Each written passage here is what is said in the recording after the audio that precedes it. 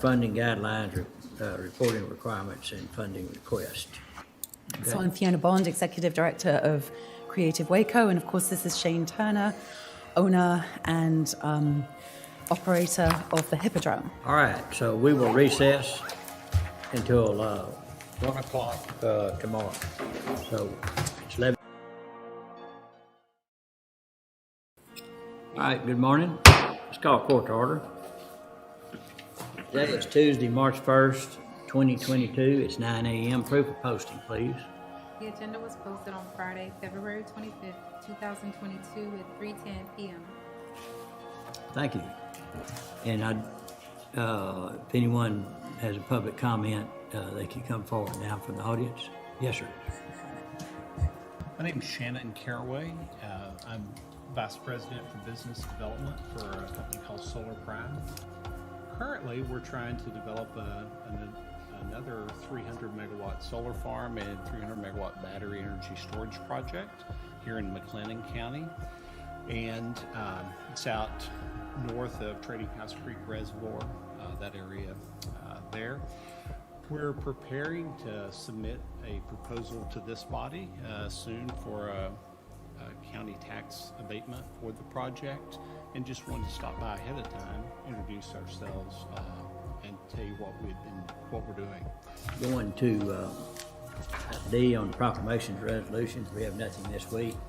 Under E, under consent agenda, I have no recommended pulls. Does anyone else have a pull from the consent agenda they want to discuss? Seeing none, is there a motion to approve the consent agenda? So moved. Second. Motion second. Any other discussion? Discussion, all in favor say aye. Aye. Opposed? Pass. All right, Dustin. Yes, sir. Judge, if we could go to item N1, this is discussion and or action on matters regarding COVID-19. These case numbers have decreased for the hospitals. All right, Judge, do you want to accept that for recording purposes? Yes, is there a motion to accept that report for recording purposes? So moved. Second. There's a motion and a second. Any other discussion? No other discussion. All in favor say aye. Aye. Opposed? Pass. All right, if we could go to item N10, presentation from Texas State Technical College regarding Central Texas Industrial Training Center. There's a mismatch between the number of jobs that are available and the number of people that are available to fill those positions. Move to accept for recording purposes. Second. Have a motion and a second. Any other discussion? No other discussion. All in favor say aye. Aye. Opposed? Pass. All right, if we could go to item N6, that's the Greater Waco Chamber of Commerce Monthly Economic Development Report for January 2022. Know that we have had one project announcement for this first quarter, and that was in McGregor with Messer. All right, if there's no questions, or a motion to approve the chamber report for recording purposes? Motion to approve. Second.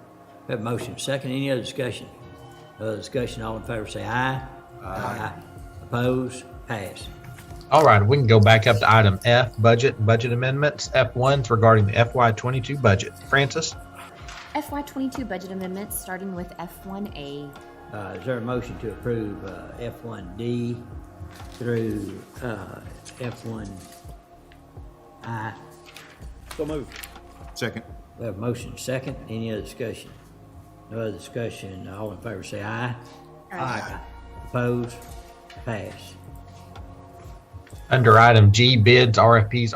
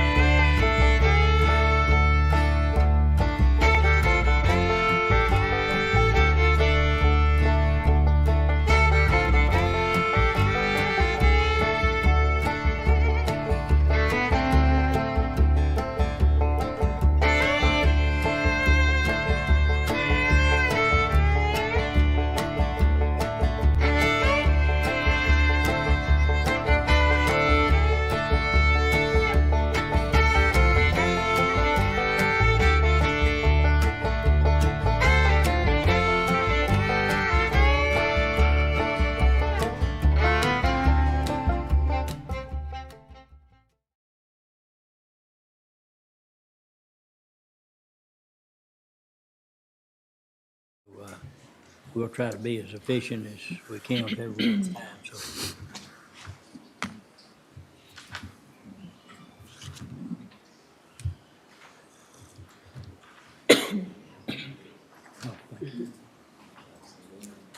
Recording in progress.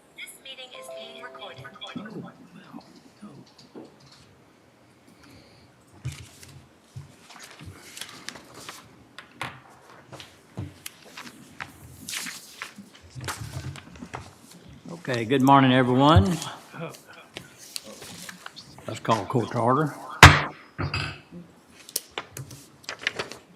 Today is Tuesday, June the 20th, 2023. It's 9 a.m. Proof of posting, please.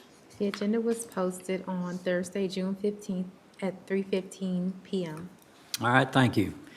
This time, let's stand briefly for a moment of silence, and we'll have the pledge to both flags.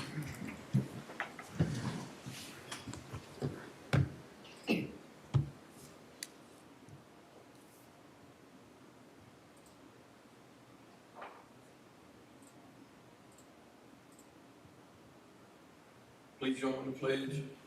Pledge allegiance to the flag of the United States of America and to the republic for which it stands, one nation, under God, indivisible, with liberty and justice for all. Texas pledge. All right, honor the Texas flag. I pledge allegiance to thee, Texas, one state, under God, one indivisible. I tried to get both pledges into one, which I think would be very efficient if we could figure out to do that. Because Texas is the best example of what a state ought to look like in the overall United States, if I say so myself. It's after a week in DC, right?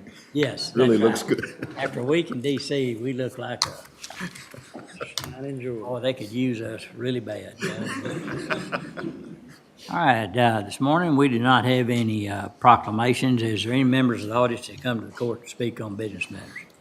Seeing none, we will go to, under proclamations, we do not have any today. Under consent agenda, I would like to suggest that we pull item 3A, which is HR matter for Road and Bridge Precinct 4. Unless there's any other pulls, I'll make a motion, we approve the consent agenda. Second. Have a motion and a second. Any other discussion? No other discussion. All in favor say aye. Aye. Opposed? Pass. Thank you. All right, this time, I'd like to briefly take an opportunity. Is that yours? Feeding back? Yes, I'm Turn the sorry. sound off. Yeah. Okay. All right. We're very fortunate today to have a bright young person that has become the new chief deputy for McLennan County. And we'd like to ask Cody Blossman to come forward and give us a little bit of background, Cody, if you don't mind, with the Sheriff's Department. And say whatever you want to the Commissioners Court. Perfect. No, thank you. First, I'd just like to say how appreciative I am, and privileged I feel for this opportunity.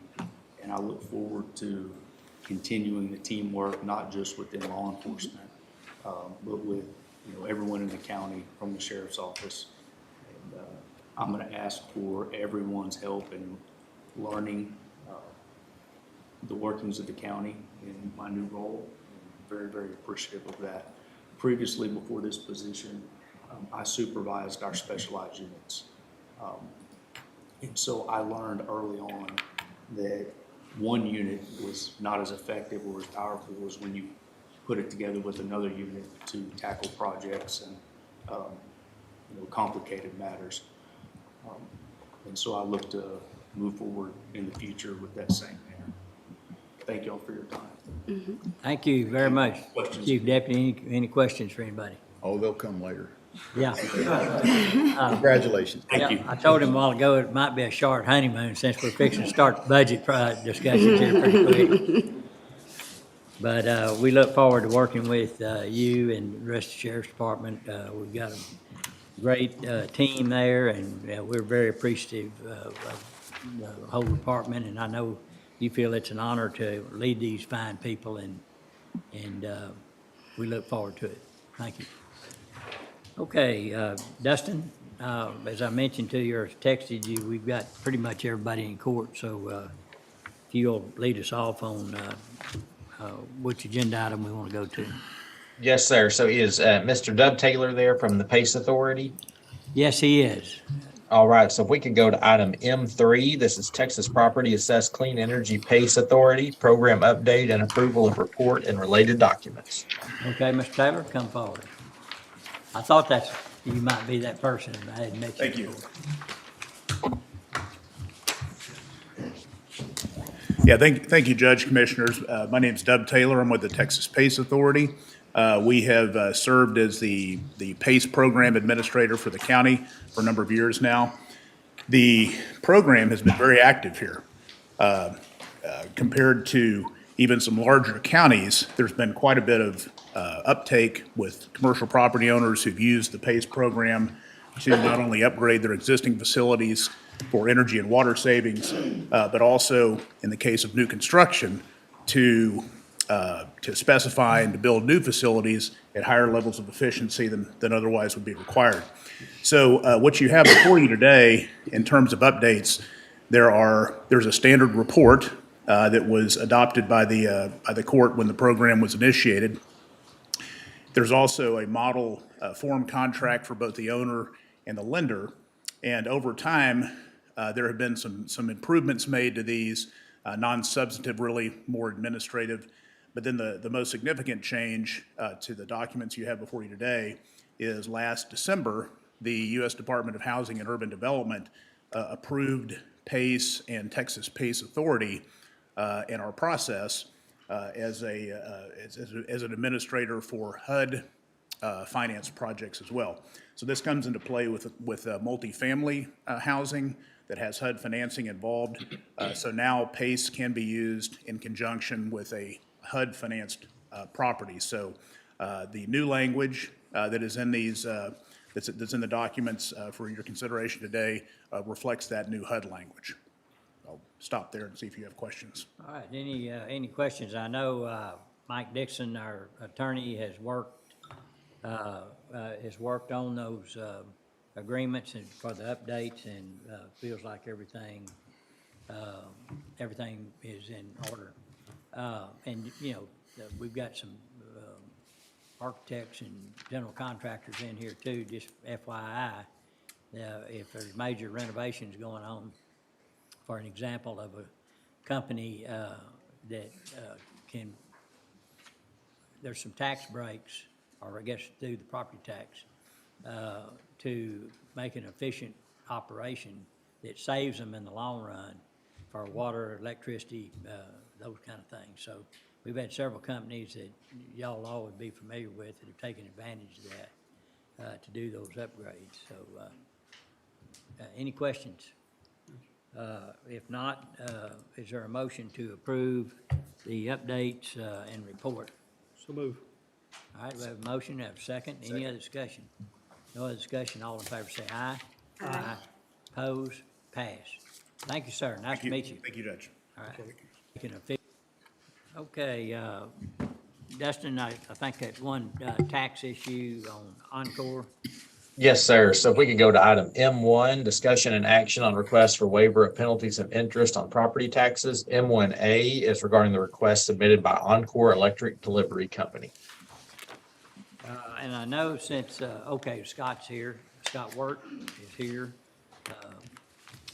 and going to bring us up to date. I think there's some information that we requested from Encore that we're getting, I guess. Yes, Judge. Per the request from the court, the last time we were here, the Encore has submitted some additional information. However, I've reviewed the information, and I don't believe that the information provides any new information, nor does it corroborate the affidavit as we previously discussed. The letter is not an affidavit as requested. There's no real new information. There's no explanation regarding any delayed acceptance of the package at the Postal Service. The cover letter that was included with the letter from the Postal Service states that this letter explains why the 141 certified Encore letters could not be processed on the date that they were delivered, but it merely states that there was bad weather and only one worker. It does not explain any delayed acceptance, nor does it set forth in the letter, as was requested, about why there was the delayed acceptance. There's no explanation about what happened to the packages. There's no acceptance on the part of the Postal Service that they lost the mail. There's just no explanation in that regard. So the letter doesn't provide any new information. Additionally, looking at this letter through the eyes of a litigator, and being the county's delinquent tax attorney, I view it that way. If you look back at paragraph 5 of the affidavit that was provided previously, that affidavit says that there was only one worker that day. They refused to provide proof of acceptance and that they would not scan those documents. But when you look at the letter that was provided by Encore since our last meeting, the Postal Service manager somehow recalls over 141 packages, a pretty specific number. So it's kind of odd that he could recall such a specific number after allegedly refusing to scan them or accept them that day. The letter doesn't even say that Mr. Coleman was the one in the post office that day on the 31st. Just a quick note, the letter is formatted differently than the one in the original packet, and it's not dated. It's a different font, it's not dated, doesn't have the memorandum note at the top. So I don't know why Mr. Coleman would sign the document, but it's pretty clear to me from the 141 packages assertion that he did not write it. Doesn't make sense that one who is too busy to accept the packages on that day would somehow magically recall that there were 141 of them. We talked about this briefly the last time, but I wanted to bring to the court's attention again that on March 2nd, 2023, Kathy Holloman from the tax office called the Postal Service to confirm that a lost mail claim was filed. However, there is no record of a lost mail claim filed by Encore. The Postal Service also confirmed that the January 31st stamp that is on the package is not confirmation of mailing. It's just a confirmation that they placed a stamp on that day. On May 10th, she placed a second call to the Postal Service. Again, they confirmed the same thing. This time, the Postal Service said that it was unimaginable that the package would sit there that long. Again, no record of a lost mail claim. It's a pretty lengthy conversation. Kathy has recordings of these conversations. They are lengthy, so I haven't brought them today, but they are available to the court if it requires. Again, 33.011J requires sufficient evidence. Even if the court finds that there's sufficient evidence, the statute is discretionary. It says that this body may waive penalty and interest, but it's not required.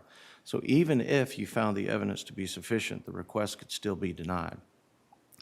My opinion on court has not provided sufficient evidence. And real quickly, I want to talk about the timestamp issue.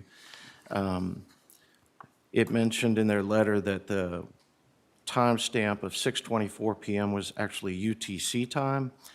I have looked at the post office information. I cannot verify that the post office would use UTC time. In fact, I find that the post office uses local time when it's talking about delivery. However, it is possible that their machine would print on UTC time. I have managed to get my hands on a package to another county, Navarro County. Their timestamp is at 7:10 p.m., which if you use their UTC analysis, that would put it at 2:10 p.m. And again, there was ice and snow that day, and Mr. Alvett and his, the information that we have provided from Tarrant County, that tracking number says that the gentleman was in the post office, and that information was scanned at 2:24 p.m., and that's after he got there, bought packaging for it, and bought the certified letter. So again, the information just doesn't add up. And so I would submit that Encore does not have sufficient evidence. Okay. All right, and there's, Dustin, is there any other information we're in, need to receive from Encore at this time? Judge, we did request from Michael Baldwin last week, if they had an affidavit or something showing why those letters, sat in the post office and were not postmarked for 20+ days, that's info that the court could consider. So, we're still waiting on that info. Okay, I think this is a significant decision for many reasons, but one is the relationship that we have with Encore, working with economic development and those things. So I'd like to make a motion that we defer until we can analyze and exactly what, because several of us were gone last week and didn't get a chance to look at this in detail, and I'd like to be sure I understand it. And so if it pleases the court, I'd like to put that motion forward. Second. All right, I have a motion second to defer. Any other discussion? Again, could Dustin tell us what it is we're asking for that we haven't received? Yeah. Yes, so Commissioner, Encore has stated they delivered those to the post office on January 31st. They were not postmarked until like February 22nd or 23rd. And the approvals we previously granted are those that were with some statement or indication they were taken to the post office by January or on or before January 31st. And then those had a reasonable postmark date. So we're missing that reasonable postmark date on Encore's. And we're asking for verification of that from whom? Yeah, from the post office. So that, And an affidavit form. And an affidavit. yes. Well, If it's we not an affidavit, may we've not already be got able to get the talk. affidavit from the post office, but we can definitely get a letter. And, the reality is that they have submitted an affidavit that the guy is saying that he went there on the 31st. So we've got to give that some weight also. And at this point, I think we need the additional information if we can get it. Okay. Any other questions? All right. Call for a vote. Commissioner Smith, Aye. Commissioner Miller, Aye. Judge Felton, Aye. Commissioner Perry. Aye. Pass. Thank you. Thank you, Judge. All right, I think All the right. next discussion, Dustin, will be regarding the downtown jail. Yes, sir. So we'll go to item I-1 regarding McLennan County downtown jail remodel for courtrooms and office space. I-1A is update from architect, construction manager at risk, and space work group. So I'd like to call on Kevin Carr, John Bennett, Denny Bowles, and Gina Irwin. And then also we have representatives from our space work group present. So we'll probably start with the space work group. And Judge, after Irwin came on board, Space Work Group has worked with Irwin and Brinkley Sargent on some areas that we think really improve safety and access to this court facility. And of course, those are associated with some costs. But I think, Ken, do you want to kind of step through this bullet point list, and then we'll turn it over to the professionals in just a minute? Yes, sir. The court may recall the original estimates for the jail remodel came in at $34 million in December of 2021. The cost included first floor through the fifth floor in the downtown jail and the third floor of the annex renovations. But the estimates, without any major changes because of inflation, had reached $46 million in August of 2023. Just want to bring that to attention because if you're remembering the 34 million, we had moved to 46 million by that 22 date. In August of 2022, we looked at some of the elements that were not actually considered and removed 6 million from the project. These elements were removing the sky bridges between the courthouse and jail, in courthouse and annex, the courthouse exterior renovations, and a clock tower. The team started discussing the design in earnest with Brinkley Sargent after bringing on Irwin. They provided plans. We reviewed the plans and have gone back and forth on what the different areas should look like. The changes have been suggested with security, safety, and access in mind. Below are some of the suggestions made and added to the design of the project. Close the alley to vehicles between 5th and 6th Street, making it pedestrian only. Make it the Grand Entry Plaza, leading to the one public entry point to the court facility. Cut into the 6th Street in front of the annex, adding back parking that was removed from the closure of the alley. Maintaining the ADA parking, and it keeps our ADA accessible route intact. Add additional space on the alley side of the Sallyport single story to add more room for the security check.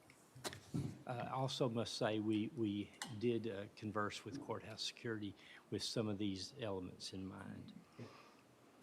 Add floor space on the Columbus side of the Sallyport to have more room for visitors, and we would add new elevators and restrooms in these areas.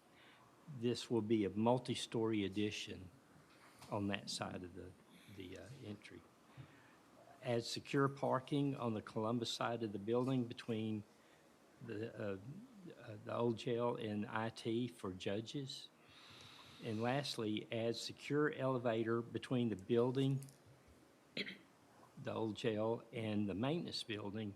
The elevator will be a secure elevator for judges to enter the courtrooms, and we could add a stop on the maintenance side that will access the second floor of the maintenance building, allowing ADA access to the additional 4,000 square foot of space, of usable space, that would be above where maintenance and purchasing is now. Well, actually, maintenance resides in part of that upstairs area.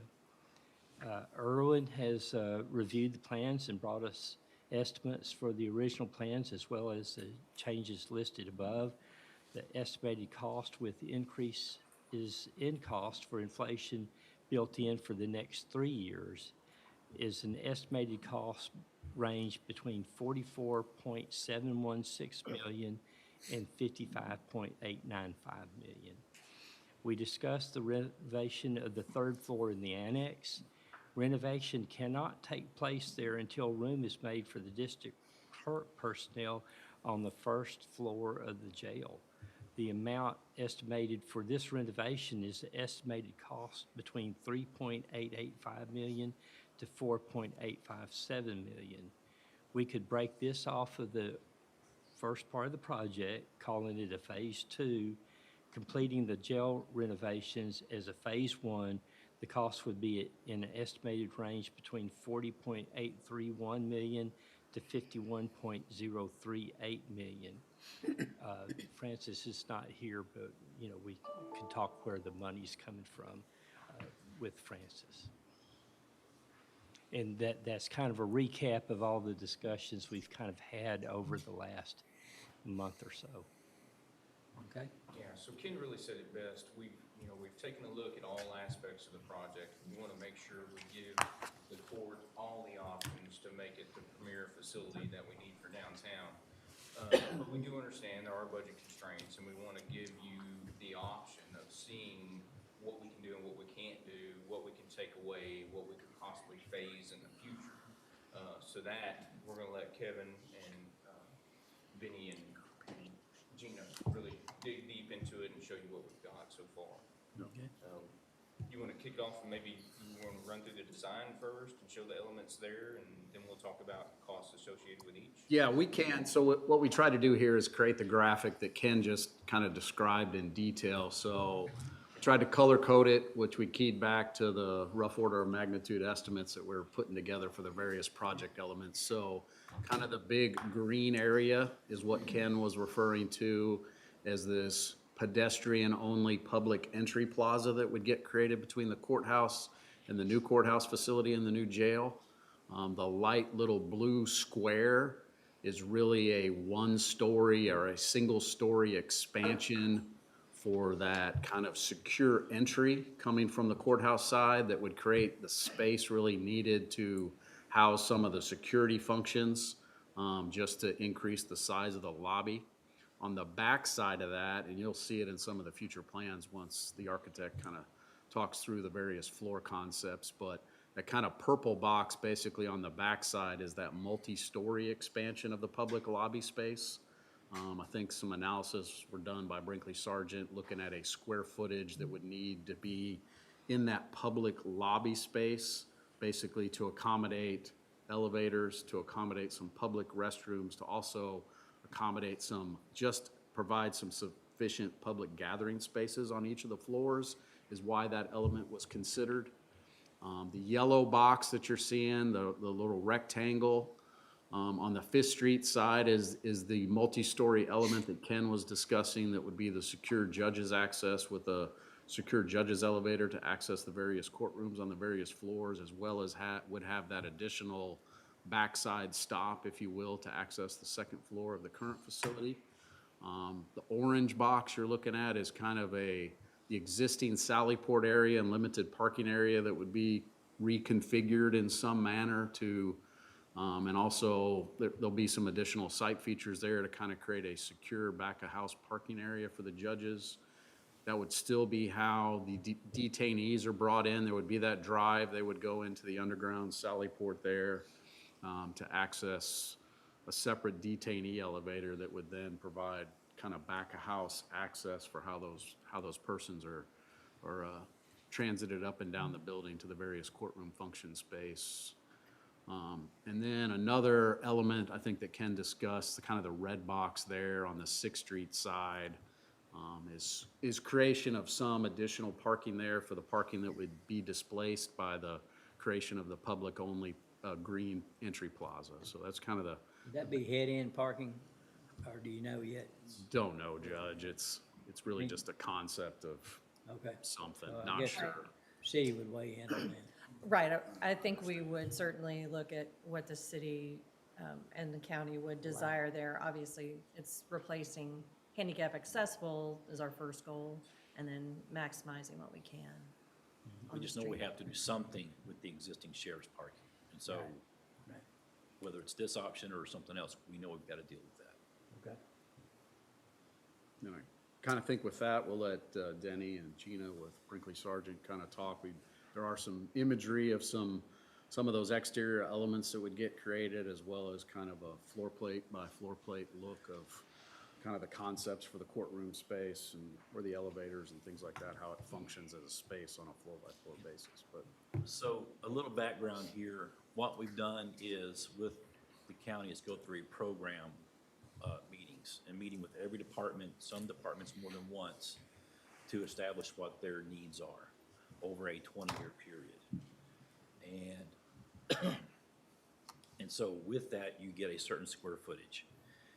And now we get to, you have an existing building with existing conditions, existing constraints. And now we take that and marry that up with existing conditions. And a lot of times those do not match. And so now we get into the push and pull of still meeting the client's expectations, but we have definite restraints here because of the existing conditions. And that's what you're seeing is start to develop, is starting to identify where our deficiencies are. That's why you're seeing some push out of new square footage, because the existing square footage of a downtown jail just doesn't accommodate everything. And so we're trying to create opportunity to do that and give you a building 50 years out that will still be secure, function, grow, have office space, all of those things. And so just a little background there, there's this isn't some obtuse looking at. There's been some analysis, there's been some concepts, there's been numbers driven that are part of this process here. So next slide, just kind of give you some visuals of, that's facing Columbus, and we talked about that be a multi-story element, and we have an option of accessing the apartments on the first floor there, but not into the courtroom area there is what we're thinking. But that's just showing you that Columbus would not be an entry point. And so that's our lobby area there. And the advantage there, as was noted, is if it's new construction, to add in public restrooms, it's a little more cost-effective in new construction rather than coring through the existing structure because of the amount of public that we need to provide those facilities for, plus elevators and access for all of the floors. And it's also can be additional benefit for the annex building. Yeah, because one of the challenges here, you got an old building that has very, very little vertical circulation. It has a couple of elevators, and it was for one movement only, and that was detainees. Well, now we've got staff, we've got judges, we've got public, we've got detainees. So somewhere within this project, we are having to incorporate vertical circulation that accounts for that. And so this is a way of dealing with this as well. Go to the next one. And this is just to explain a little bit from the street that you're all familiar with that small parking area, and just as Kevin described, there'd be some reconfiguration to enhance that, to secure it for the judges as well as Sallyport. And as Ken mentioned, talking with courthouse security on how detainees are brought in, that they were, there is a way to keep everything secure when they're brought in, as well as having the judges parked there. And then the yellow vertical piece is the tower with the secure elevator connector. Yeah, and part of what's made this possible is, Kevin, they got with the sheriffs, and the intent of this is that this is a secure judges parking area.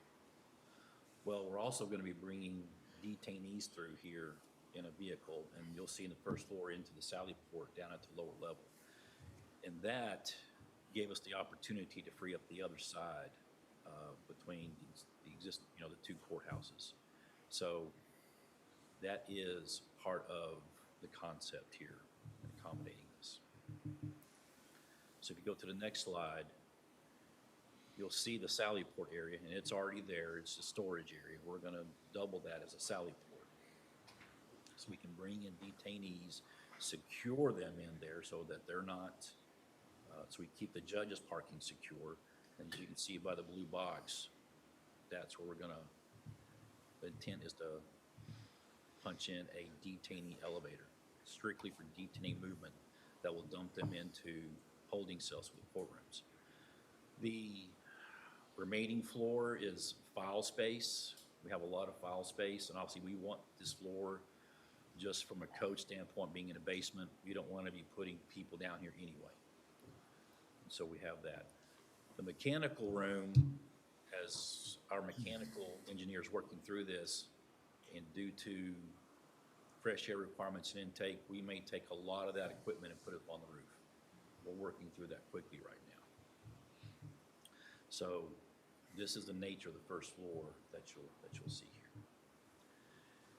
And as we get to the next level, it's office space, and exactly how this shakes out, we're still working through. The blue box is your one-story secure lobby. Again, kind of court overflow for those days when you got. I'd call it aqua. Aqua. Because there's a blue for the district clerk. Well, that's true. Well, then what are you going to call the left one? Is that pink, or is that hot pink? Or I don't know. All right. Pink. We'll say pink. Okay, so on the pink side is your multi-level lobby area. So that's where we want to look and incorporate your gang toilets. You will have, due to the assembly occupancy of this building, you're required to have several toilets per floor, per courtroom floor. And so that takes space. And then the amount of people that you'll have certain days, we want to incorporate at least 2 elevators, public elevators over there. So that's the nature of what you're seeing. And in the back, the yellow, that is the, it would be both horizontal circulation space for staff from one side of the building to the other, plus vertical. You've got the existing stairs, you have elevators. That could be Again, those are for your judge's entry from the parking area.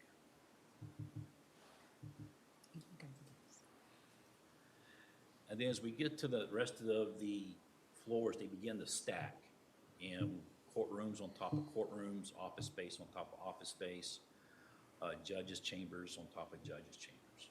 And so we'll begin to work through the courtrooms.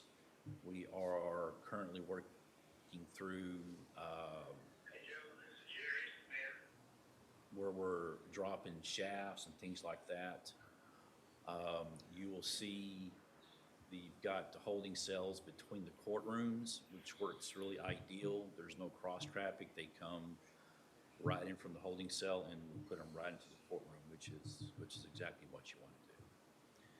And so these spaces stack, and then we go to the next floor. And of course, one of the unique aspects of this building is the overlook.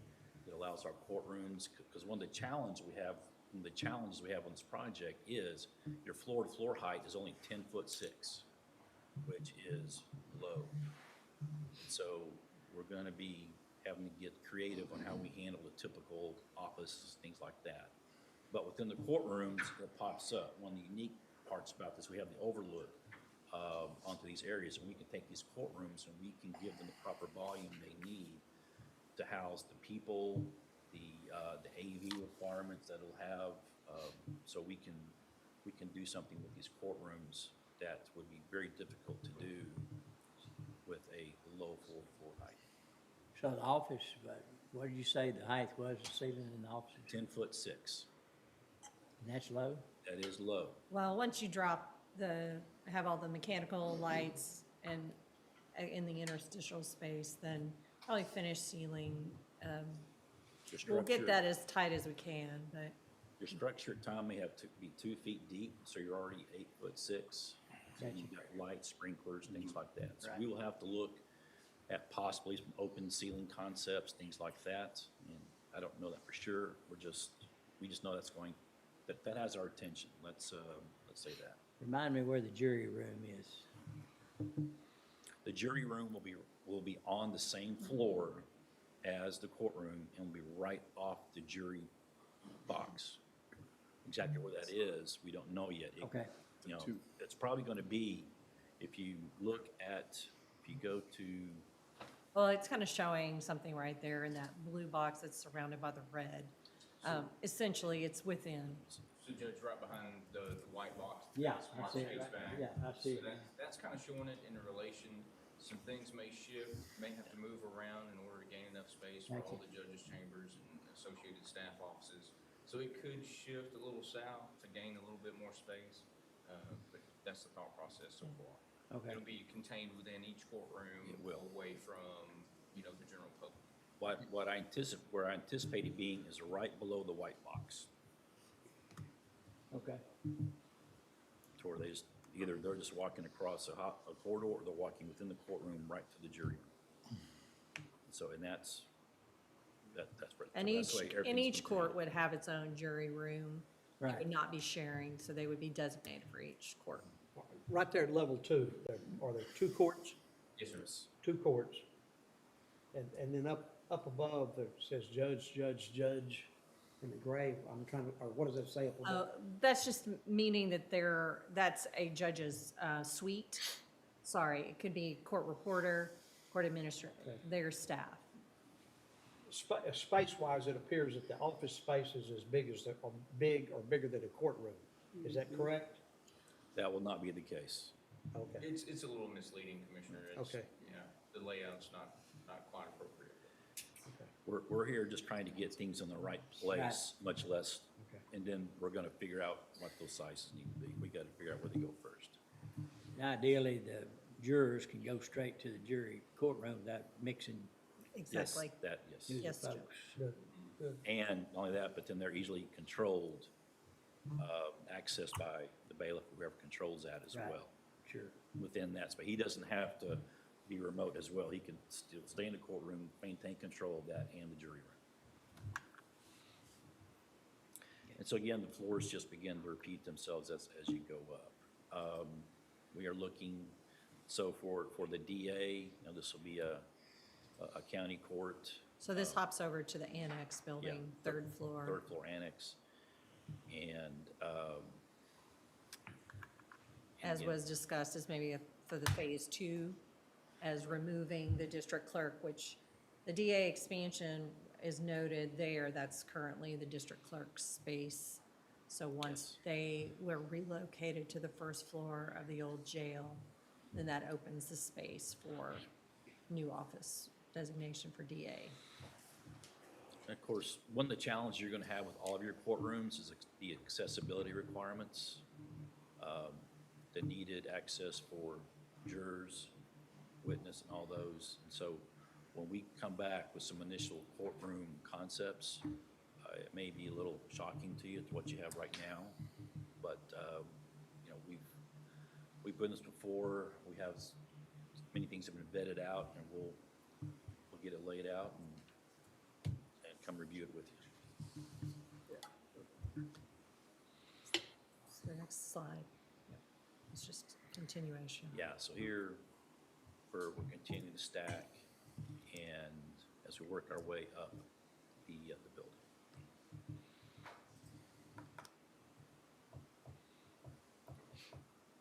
The last. Yeah, that's the overlook. And then, you know, you've got the exercise area up at top. There's been, what we worked into the budget is that to be a staff area. There's, you know, some shading element to that. We'll have to do some work on the roofing and things of that nature, but the idea is that that's a place, it's a staff break room area, you could label it that. The two elements on each side, those two mechanical rooms, those will require a lot of rework, if not just go away because of the rooftop units that we'll look at. But again, we're still in the early phases of that. But you know, this it's a totally different use of building. We have certain fresh air requirements and things of that nature. And so we'll be tying into the existing chiller system, and I mean, there'll be a whole new HVAC system on this and electrical. It'll be a gut. So at a high level, from floor to floor, that is where we're at. And I think the next piece is really just to give you a sense of some of the, as we move into the pricing, some of the basis for that pricing. Is looking at a design phase component that would be in the range of 12 to 15 months to get everything ready to beginning construction, which that construction phase, depending on the pieces that are accepted, could be 16 to 18 months additional. And then the next. Real quick on the design phase, it's incorporating review periods for the county. And so can it go faster? Yes, but at certain phases of the project, it is both for county and commissioner review as well. And then we also wanted to just include some renderings of kind of finish out of courtrooms.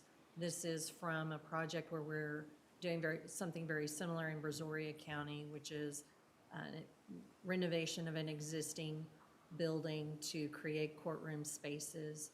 So this is just to show some finish and layout, and this was also shared with Irwin for their benefit on looking at cost estimation for the courtroom. So the next couple of slides are a little bit more of if you were within the audience looking into the courtroom. And so there's wood and granite, some detail to the ceiling. Yeah, and the only reason we have this is by no means saying what McLennan counties will look like, but we have a cost for these. We're saying for a cost, this is what you're getting. So we at least have a benchmark. And so you can say, yeah, this is close, this is acceptable, or not. And just so we can help pricing to give some context, some benchmark for that. And so that's why we provide this information. Just say for this amount of money, you're not getting a bunch of painted drywall in your courtrooms. Or it's not, you know, panel to every square inch of the courtroom either. So that's what this is meant to do, is just give some context to price, not design for you. Understand. So I think it's important for us to show the court, all aspects of the project, what it could be in its entirety. But it's also important for us to go and be realistic financially and potentially look at the different phases that we could do over the next few years or next 5 to 10 years to get it to this point. So I think Kevin has put together some cost elements that'll show that for us. Eyes aren't that good anymore. One more. Oh, one more up. Yeah. One more. There we go. So kind of what we tried to do was kind of circle back to what the original base project consisted of, tried to break it up into its elements, and then we tried to break apart these additional elements that we discussed for, oh, perfect. Thank you. So the first top of that, the base scope of work, so we tried to relate it back to kind of the previous iterations of some of the budgeting and some of the concepts that were put together. So you'll see kind of 3 line items. So basically, with the existing square footage, the jail remodel itself to turn it into what you saw with the various 4 courtroom spaces and all the other renovations, we kind of think that's in a cost range of about 31.6 to about 39.5 million.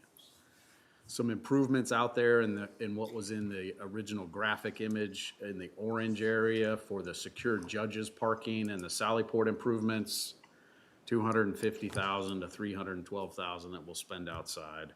The redevelopment of the public plaza, depending on how that shakes out with what happens with some of the existing utilities and things like that run through that area. We've tried to make some provisions if that were to happen and we had to do some significant utility relocates. Somewhere in the 1.6 to $2 million range has kind of been allocated for that portion of the project on the outside. And then the level 3 annex renovation that we looked at, turning that into an additional courtroom space as well as some additional renovated space up there. Again, like Ken previously said, we're in the $3.8 to $4.8 million range. So we think relating back to that base project as of today, trying to forecast what this thing is going to ultimately end up when it goes into construction and we build the facility. So we're in a range of about 37.4 to about $46.7 million.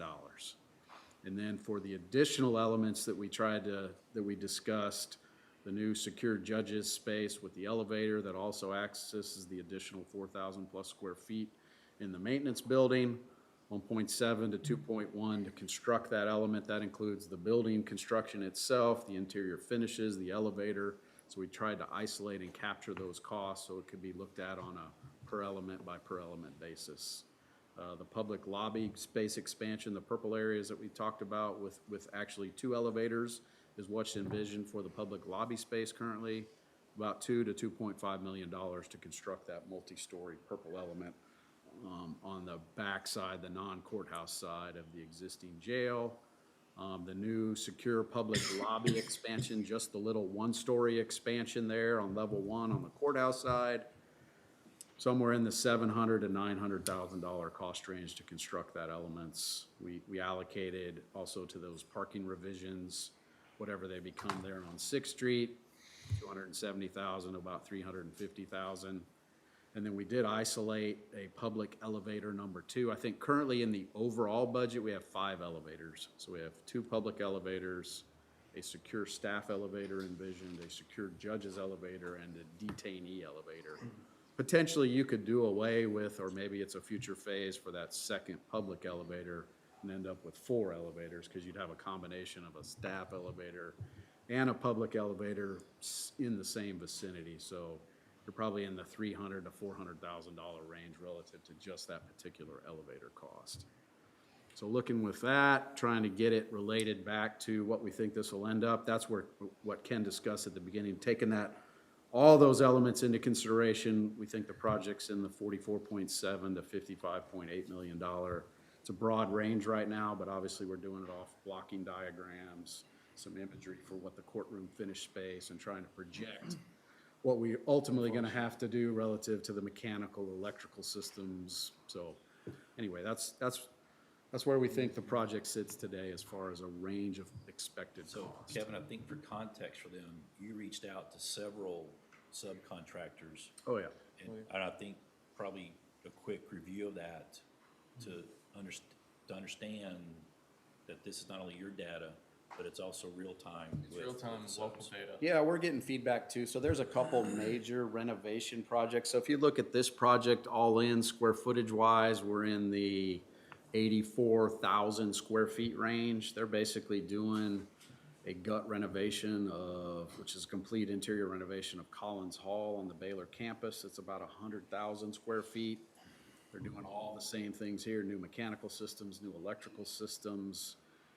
We reached out to a lot of those subcontractors that are doing that work, so we feel pretty good about what we think it's gonna take from putting in new fire protection systems, new electrical systems, new mechanical systems, data systems. We did envision, card access systems, security cameras, audio visual. We feel like we have a pretty good feel for what that's gonna take on a space by space, courtroom by courtroom space. So we tried to envision all those various elements. We bounced some of those numbers off what Denny and Gina are seeing in some of their other current courtroom construction as far as courtroom finish out, that we looked at some of those baseline images, what they're seeing from AV installations to support the courtrooms and the various offices. And so I think we feel really good about our MEP systems. I had a question. Yes, ma'am. On the elevators, what are you going to do to secure those for the judges and for staff so that they don't have public access? How are you doing that? Yeah, so the secure judges elevator is basically in its own secure element. So it's in an area that's only accessible by card access for judges and or staff. Okay. So that's completely isolated from the public. The one staff elevator that would be secure potentially would be in the public lobby side, but again, it would have a card access system on it that only would allow that elevator to come when someone pushed the button if they presented the Kevin, right if you go back to a security floor card. plan. So is there a purpose for having the separate secure staff elevator when staff has access to the secure judge elevator? The only thing that we've discussed potentially at this point is if you remember, there's that rooftop garden space. That would be probably the only elevator that would access that level. And I don't know if there's some other operational considerations with separating a secure staff or secure public. The public would not necessarily. Not public. I'm saying putting staff, and if you have a secure staff elevator, Yes, ma'am. a secure judge elevator, is there a reason why we just don't keep the staff at the secure judge elevator? Why do we have that separate secure staff elevator? Some of it is being able to get to that new judge's elevator efficiently, because the floor plan and the space is kind of in high demand for the courtroom to lay out properly. Their access would basically be through the courtroom and through court spaces if it's not, say, court staff. Then I guess I'd have to see the layout, because I'm wondering if the secure staff elevator could just be the public elevator too. Correct. I think you're onto something. That's why like I told you, the overall budget includes 5, but that's why I broke out the costs, because I think you could, like you're thinking, I think, potentially get by with 4 total elevators in lieu of 5. Just, like I said, those are discussions that were concepts. Just a question, I just wondered. Yes, ma'am. So I think you're onto something. I think you could live with 4 potentially. So going back and really looking at these numbers, we've gone through and we've thought about the process, what's important to us, what's important to the overall goal of the facility, especially starting out. And those things, in our eyes, are really gonna be, the secure judges parking element, site development and all that stuff associated with the plaza, AKA the alleyway now. The add-ons, those are really, really important design elements to the project itself, because we are missing certain portions right now due to the limitations of the building envelope itself. So those are pretty important elements to us. We think they need to be included, especially in this first round. The one element that we do see that's a big financial portion of the budget that could be phased out, 3, 4, 5 years down the line is that floor annex. It's a pretty hefty number financially, and if we can pull that off the overall project and get the other elements included, we think that's probably where we need to go. Is that estimate on that third floor annex renovation, you've got a cost range of $3,885,000 to $4,857,000. Does that take in consideration what it would cost 5 years from now when you do it? At least 3 years. We tried to 3 years? project about 3 years out. So that higher number would be the 3-year projection, perhaps? Perhaps. I'm just saying, what's it gonna cost you to wait, is I guess where I'm coming from. Yes, sir. But it's just a little bit higher than the median. There's the cost of the money, then there's the cost of the disruption. Once everybody's settled and everybody wants to have court, how am I gonna have my court going on when you got all this construction going on next door? We see that now with the roadway outside, it makes noise, everybody hears it.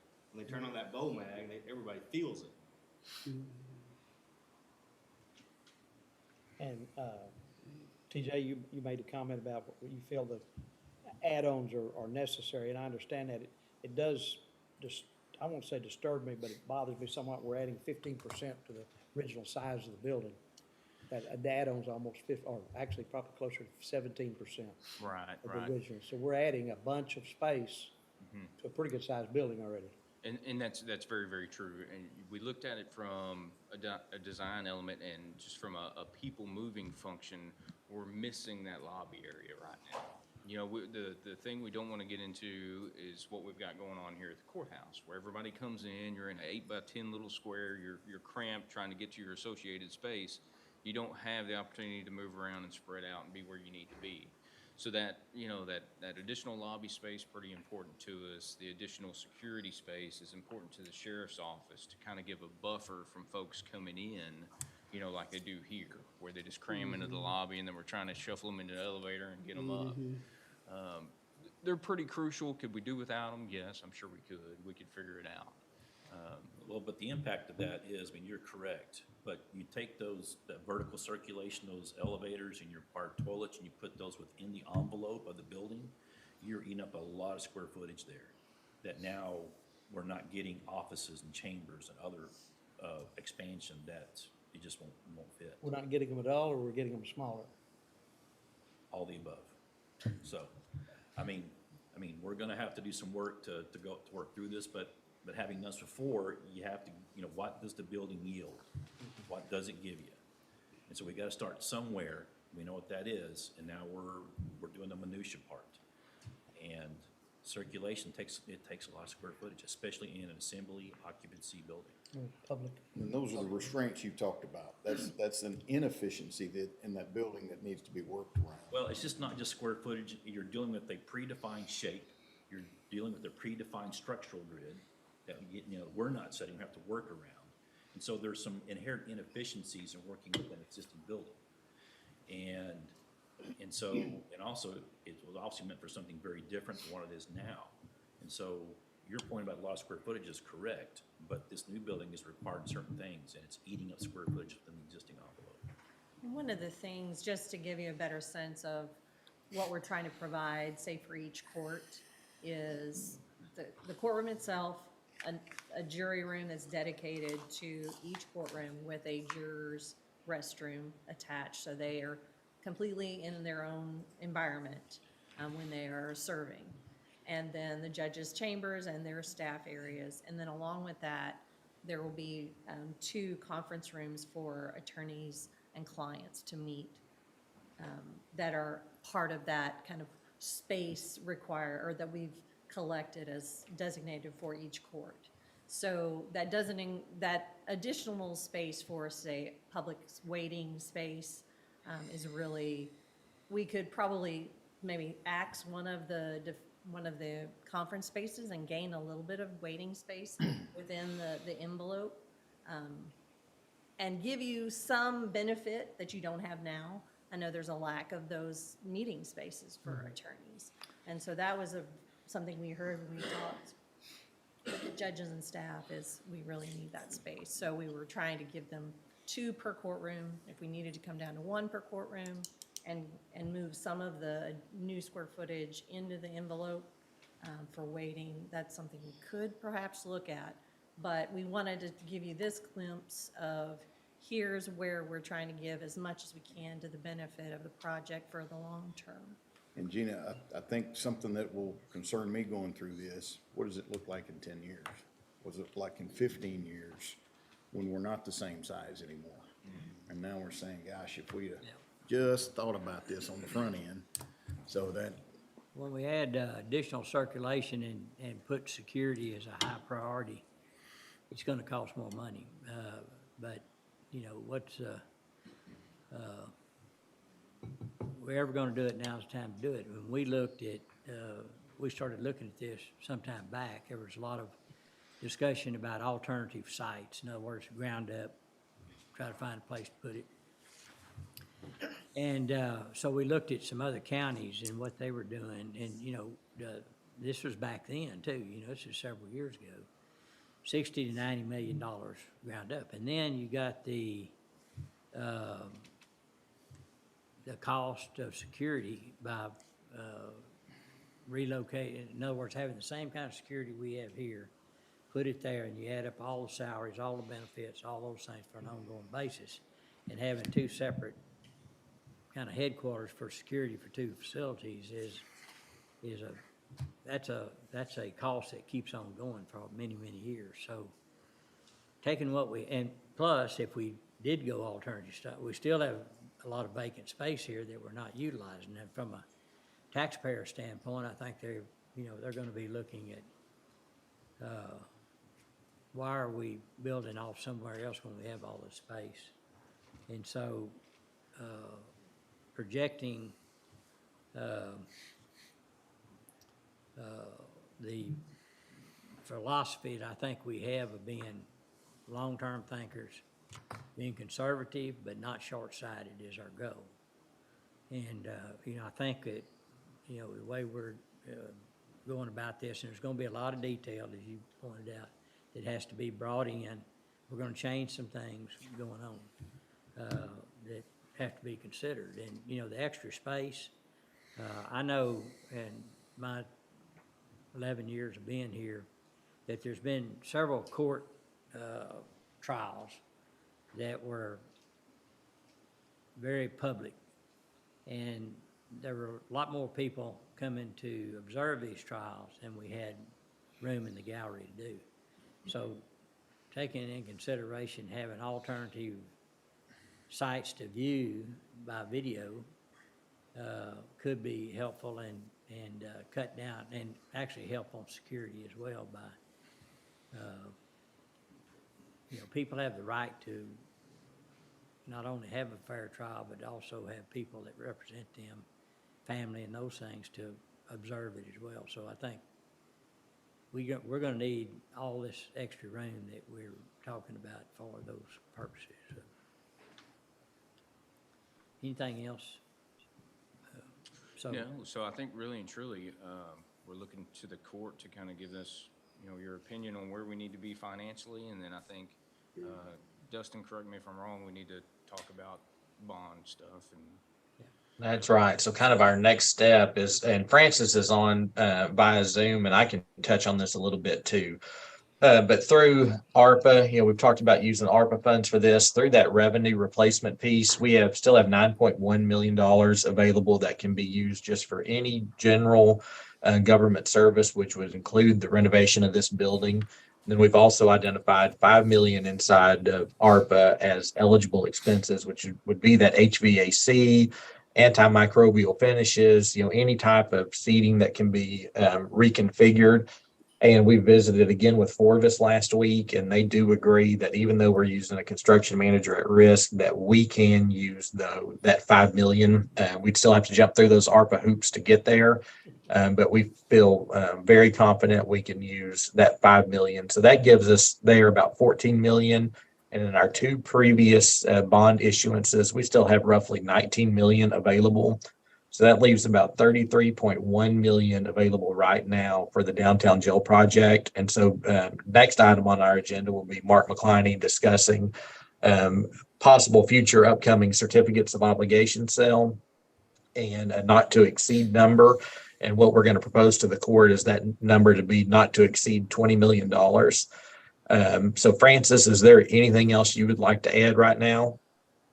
No, sir. So just like you said, right about 19 million sitting in prior bond issuances, and then right over 14 million in ARPA funding. So like Dustin had said, right over 33 million that we have currently, that we have allocated for this that we could allocate rather for this purpose. Well, one thing that needs to be remembered on the ARPA funds is that they have to be committed by the end of December 2024, and they have to be spent by the end of December 2026. So whatever we do with those ARPA funds you have to move that pretty quick to meet those dates. And then the other thing I wanted to ask a question about is that critical path and transition planning, like how much have we gone into that as far as, the county clerk obviously can't shut down. So what is the plan for those types of situations? So Mike, I think from a logistics standpoint, we pretty much have to finish out the facility and get everything ready to go. And then, I think it would probably be a weekend move where we get the district clerk all gathered up and move him into the facility, and then he's ready for business on Monday. I think that's just kind of the nature of the beast when we're talking about moving them. Right. Okay. Thank you. So Mike brings up a good point, and that if we, on the timeline that then you laid out, you had 3 years to, if we started, let's say September is the start date, and hopefully before then. That's going to be in 2026 when it's all done. So I guess the question would be, can we use those ARPA funds as we go and that be counted as a complete? I would think it would, but. And Judge, that's what we think. We can move some of the lost revenue portion up front in the project, and then thinking about breaking out the HVAC as a specific component and being able to, as we phase things and had the different bid packages at the base, do something similar here and go ahead and speed that process up is our hope. Can those HVAC products be bought ahead of time and stored, or they actually have to be in use on the ARPA funding? So I think we would actually need them here and installed. Yes.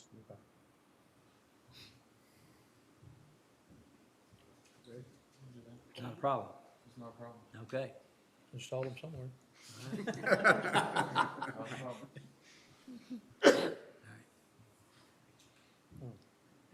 Okay, Dustin, you want to go over what action needs to be taken?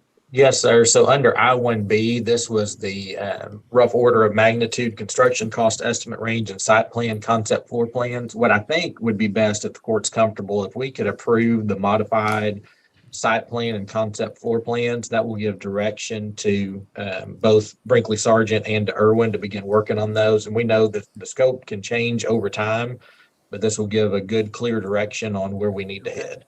I'll entertain that motion. I'll second it with a question. Okay. Does that include, okay, I'm So sorry. you're going to make you want to make it? I'll make the motion. All right, I'll hold you. You'll get a question. Is there a second? Second. All right, we have a motion and a second. So open for a question. Does that include that phase 2 or not include that phase 2 on that modified plan? Commissioner, I think that's something we can discuss further. As TJ just said, we're going to have to wait until the jail facility is open to be able to move the district clerk anyway. And so work couldn't really start on the 3rd floor of the annex until that time. But we also have a contract with Brinkley Sargent where that work is spelled out. And then we move into, I think, monthly construction administration fees. So if that became something, we would have to go back and look at amending that contract. Mike, is that all correct? Yes, I mean, we don't want to get into that situation of the monthly payment of construction administration fees. And so we need to, it's incumbent on everybody to be moving on this as quickly as we can and getting to a situation where we can actually start. Okay, thank you. Any other questions? If not, call for a vote. Commissioner Smith, Aye. Commissioner Miller, Aye. Judge Felton, Aye. Commissioner Perry. Aye. Pass. All right, so the next would be, I-1B. So Judge, that was B, and then we can just go back to A and accept that for recording All purposes. right, I stand corrected. Going back to, I-1A for recording purposes. What's the pleasure of the court? Move to accept for recording. Second. Motion and second. Any other discussion? No other discussion, call for a vote. Commissioner Smith, Aye.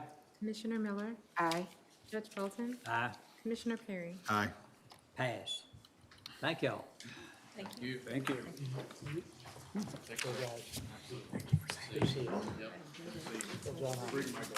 All right, Mark, if you want to come forward.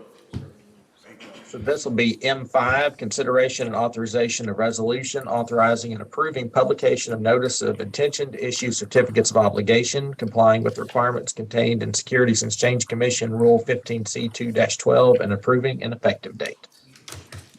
I'm sorry, I missed where we were, Judge. M5. M5, okay, thank you, sir. Thank you. Thank you. How you doing, Mark? Judge, are you? Fine, thank you. Good morning. Thank you.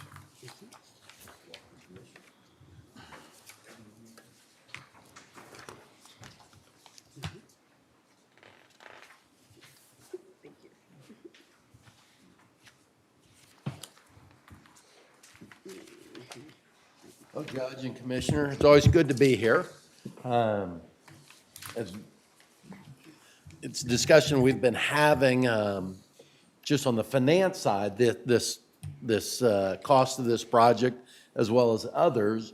And the timing of what you just approved and the timing that what we're going to talk about now really makes sense together. I'm going to start with the handout that looks like this, the landscape. So as Dustin pointed out, we're talking about a $20 million CO, an amount not to exceed $20 million.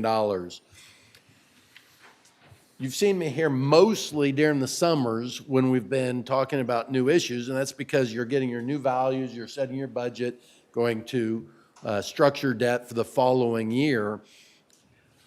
When you set your tax rate, of course, you have two items. You have the M&O portion and the INS, interest and sinking fund, that pays the debt service.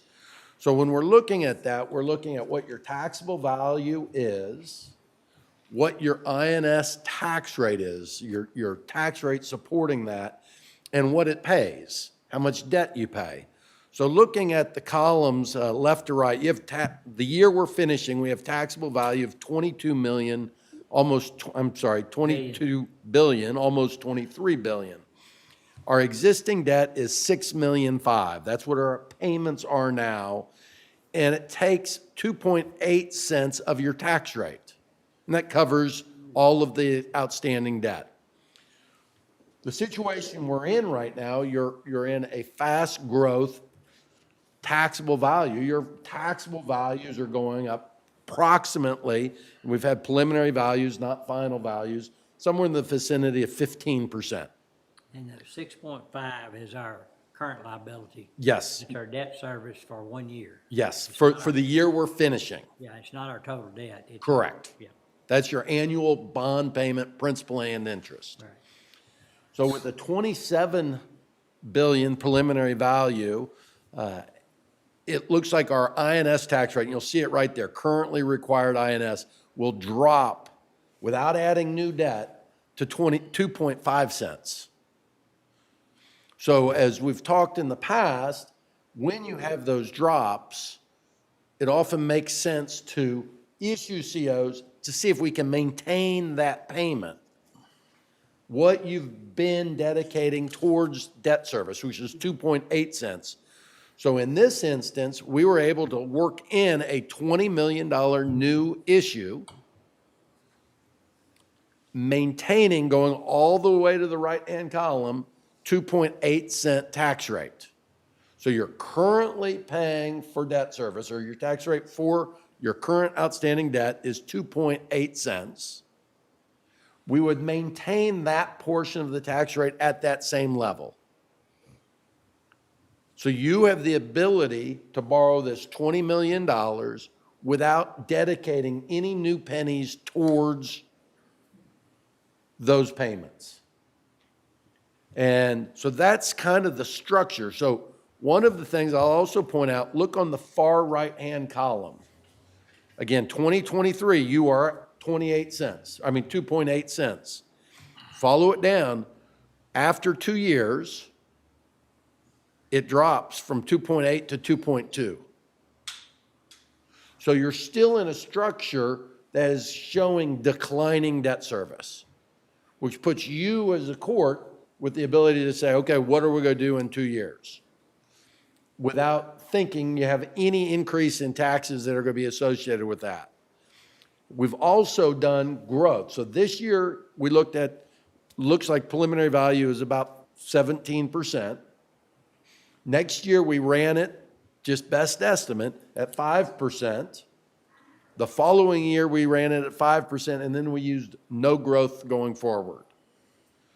So the structure of this $20 million is going to leave lots of choices for future courts to make decisions on where the tax rate needs to be, whether you need to come in with a future certificate of obligation for certain projects or a different project altogether. Those decisions would have to be made. And Commissioner Smith, phase two, that would be considering phase two at that time too, so it kind of blended in pretty well. So the timetable is the other handout that I had.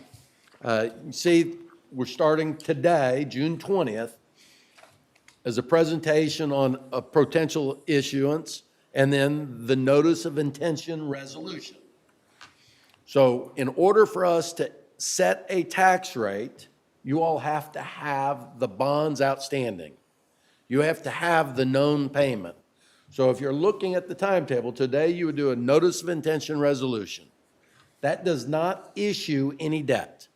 That gives your residents and your voters notice that you're going to possibly issue debt at a future date. That future date is put into the notice. It's published on your website and published also in the legal paper that the county uses. Follow that down. There's a lot of steps in between, but August 22nd would be a commissioner's court meeting where you would authorize the sale. We would receive interest rates that day. We would come in here in court meeting and say, we've received, and we don't know what we would receive, but perhaps 8 bids. The best bid, meaning the lowest interest rate, would be presented to you as commissioner's court. If you all think it's worth pursuing, at that point, you would be issuing the amount not to exceed $20 million.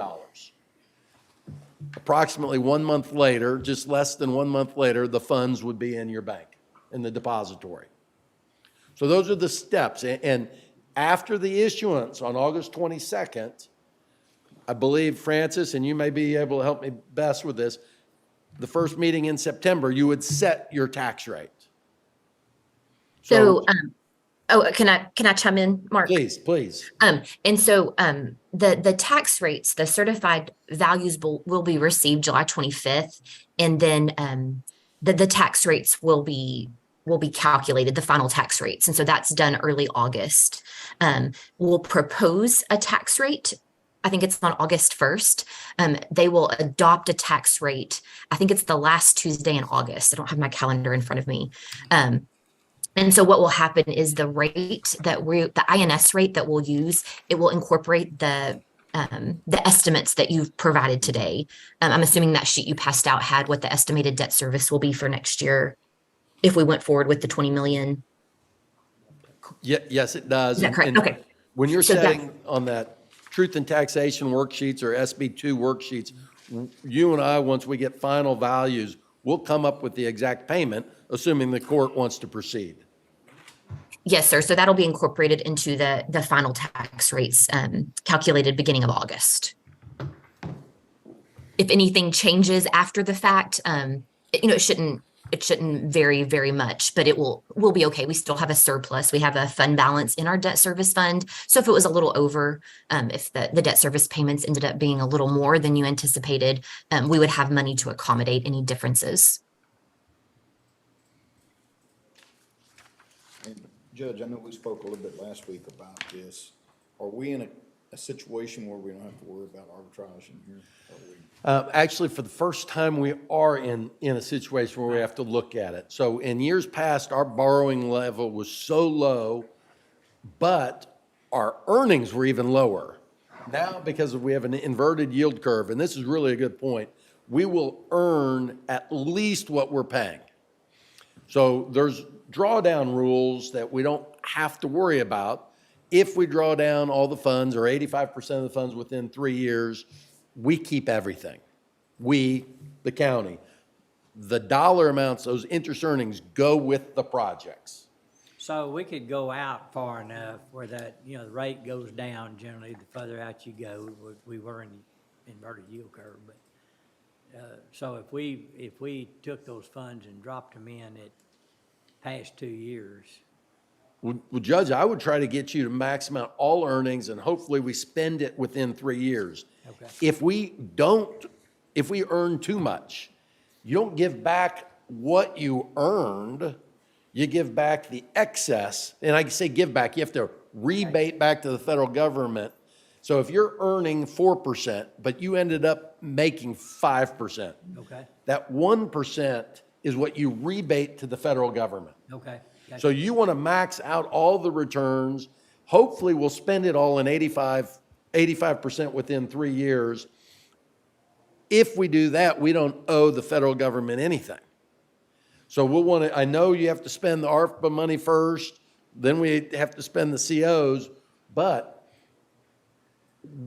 we want to max it out. We'll end up doing arbitrage calculations, which is a third-party CPA that will review and make sure that we don't owe, similar to doing your taxes, Yeah. that we don't owe, and if we do owe, this is what we have to pay. Okay, But the more you max out, the better chance you're keeping more funds. got you. Good, okay, thank you. That's a good question, Commissioner. Other questions? So what you need is a motion. Did you have a question, Commissioner? Terry? No, I was just gonna point out how the INS rate, it's impressive that we've kept it Yeah. through all of this. So, I'm assuming what you need is the okay to go forward to publish a notice of intent? Approval of the resolution publishing notice of intent. Okay. Are there any other questions? All right, what's the pleasure of the court? I'll make a motion, we approve the resolution that lays out the notice of intent. Second. Have a motion and second. Any other discussion? No other discussion, call for a vote. Commissioner Smith, Aye. Commissioner Miller, Aye. Judge Felton, Aye. Commissioner Perry. Aye. Pass. Thank you, Judge and Commissioners. Thank you. Have a good day. Good to see you. man. All right, let's take just a 5-minute break if we could, and then we'll come back in. I guess we'll go with probably Frank. I'll get with Dustin and make sure the publication.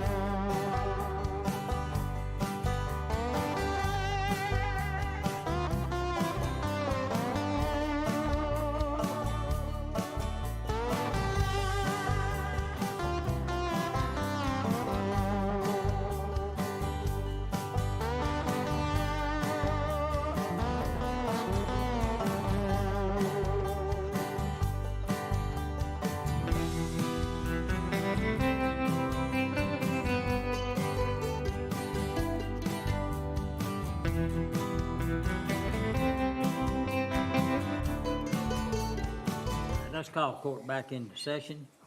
I'd like to go to items under P, under McLennan County Radio Tower Project, and P1 update on project from our consultant, Frank Patterson. Morning, sir. Morning, thank you. We'll just start at the top and go down. So as far as our tower builds, we are good. Precinct 1's complete, Precinct 2's complete.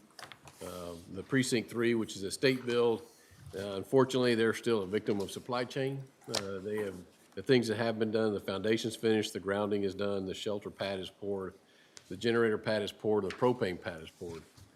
They are still the tower, the shelter that all the equipment will go into is on back order. And as of last week, it looks like it's going to be August or September before that's filled. They have not erected any steel, although the steel is there. They only want to rent the crane once so they can fly the steel at the same time they set the building. So that's going to be pushed back now, looks like August, September.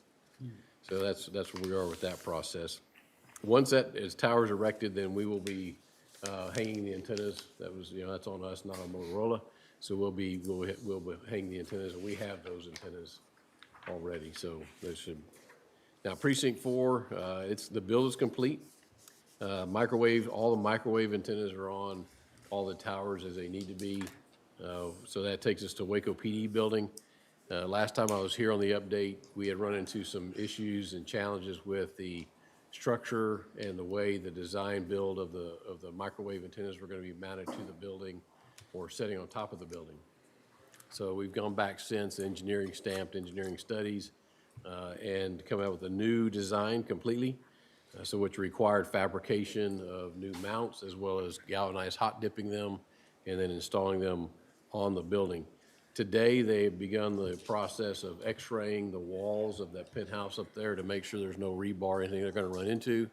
And within the next 7 to 14 days, they should begin the build.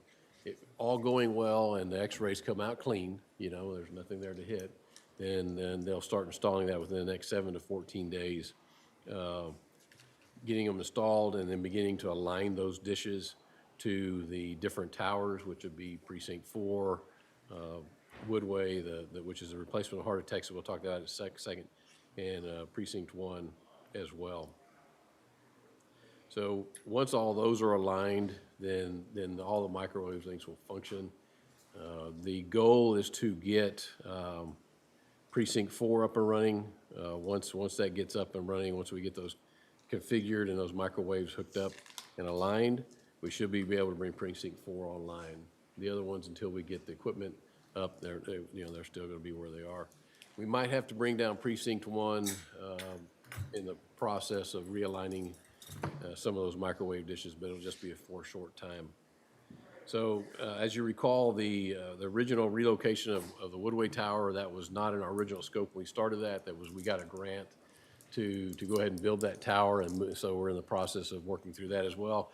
That tower is also complete and built and ready to go. That was also an agreement. There was an agreement between the county and the city of Woodway, and Verizon was a part of that agreement. Verizon's equipment is expected within the next couple of weeks to be on the ground. It's supposed to be shipped within the next couple of weeks, I guess I should say. They've already done all their work as well. So as far as our concern for we're ready to go. We are working with a cutover plan with Motorola. That is going to be a multi-day process to do. That we're looking at sometime at the end of July for that to occur. So everything goes well, we'll be moving, essentially what we'll do is shut down half the radio system at the Heart of Texas tower site and move it over, bring it up, and then we'll shut down the other half. So that if we'll have to do that in the system when the system is being utilized the least. So we have minimal impact on the user. So probably it's going to be nights and weekends kind of operation, but it will take a multi-day process to bring it actually up to where it should be. So we're looking at, like I said, the mid to end July for that to occur in Woodway. So that is really, as far as in the process, that's where we are. The part of that is I was hoping that the state's tower would be up about the time we get done. Now they're saying August, September before they get their part in, just because they can't get a building. So that's going to actually delay that site coming online. But once we get all the microwave links up and we make that move, Heart of Texas, we switch that equipment over, that'll put all of those towers in order, in functioning. So, you know, there are a couple of maintenance, unrelated to the build of the tower site. We had some maintenance issues at a couple of towers that John's been working through, and I'm helping where I can, because these are just maintenance issues. That one of them is out at precinct 2, which is again supply chain issues, which is a antenna top amplifier that goes to the top of the antenna, and it's having trouble. We took a lightning strike several months ago. It's probably been 6-8 months ago, and it knocked it out, and it's just been on back order, and so it's just been a challenge to get that. Again, that's unrelated to the build. As far as the build goes, all of our towers are built. The state's getting theirs done. Our equipment's on the ground. So we're looking at the end of this project. Hopefully, if they stay true to the August, September timeframe, then the system should be up and running by the end of September. Completely, all towers. In the states too? States as well? State's saying their building should be in between, sometime in August, September is what they're being told.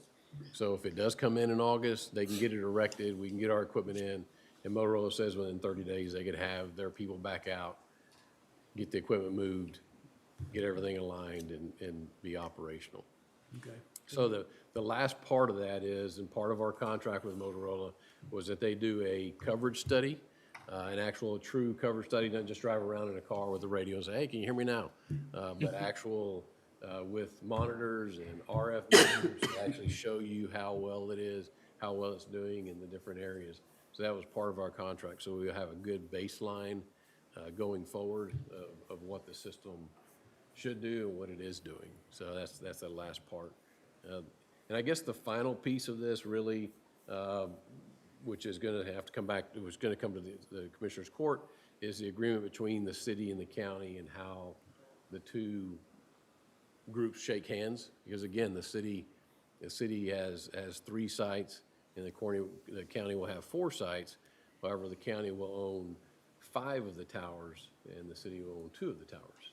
So there is a relationship that you know we have with one another. They're all tied together. So there's an agreement that I've been working on drafting to get to y'all. So we're working on that now? Yes, yeah. Yep, it's in draft, and I really just need to get it probably over to Mike and let him look at it. And, you know, I think in my mind, that agreement needs to be mutually beneficial to both parties. And so I think that there's right now, the city of Waco has a fee structure, as y'all know, because I think y'all talked about that with the county volunteer fire departments, and that they charge subscribers on the system. Well, if you look at the system in its entirety, a lot of those subscribers, well, all of them are you know, they're in the county, but also in the city. So there'll be a lot of using the entire radio system. All the public safety's on the system. So whatever that fee structure looks like, I think that there needs to be a committee which is made up of the city and county and different people to actually have oversight of that. But also I think that if there is a fee structure in place, it should be mutually beneficial for the city and the county to offset some of the reoccurring maintenance. And when I say reoccurring maintenance, I'm really talking about the Motorola service agreements that we have in place to offset those costs to be mutually beneficial for the city and the county. Because again, if you look at the system as a whole, the county will have 5 of the towers, the city has 2, and then the county has 4 of the sites, and the city has 3. So I think it's just, you know, it's a joint relationship, and it's something that I think shouldn't be hard. Yeah, it's time to revisit that. Yeah, correct. Just- Any questions? No? All right, thank you very much. All right, if there's no questions, is there a motion to approve Frank's report for recording purposes? So moved. Second. We have a motion and a second. Any other discussion? No other discussion. All in favor say aye. Aye. Aye. Opposed? Pass. All right. Justin? Yes, sir. And Judge, I see Georgina Ibarra on under our grant discussion. Georgina, are you available?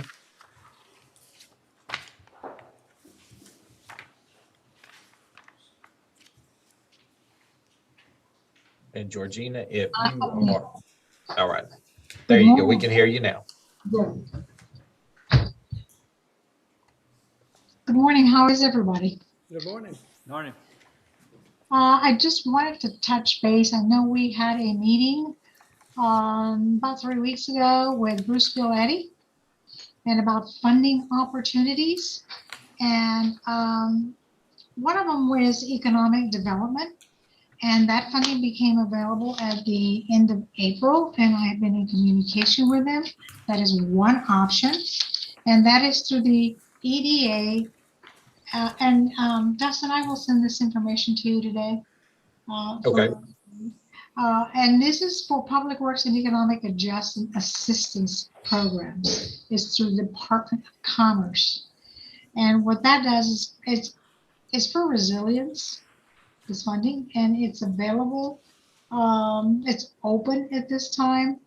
And it is to promote economic development. I know that Bruceville Eddy needs a wastewater treatment facility, and they have tapped into $5.8 million alone from the USDA for this. However, they're short.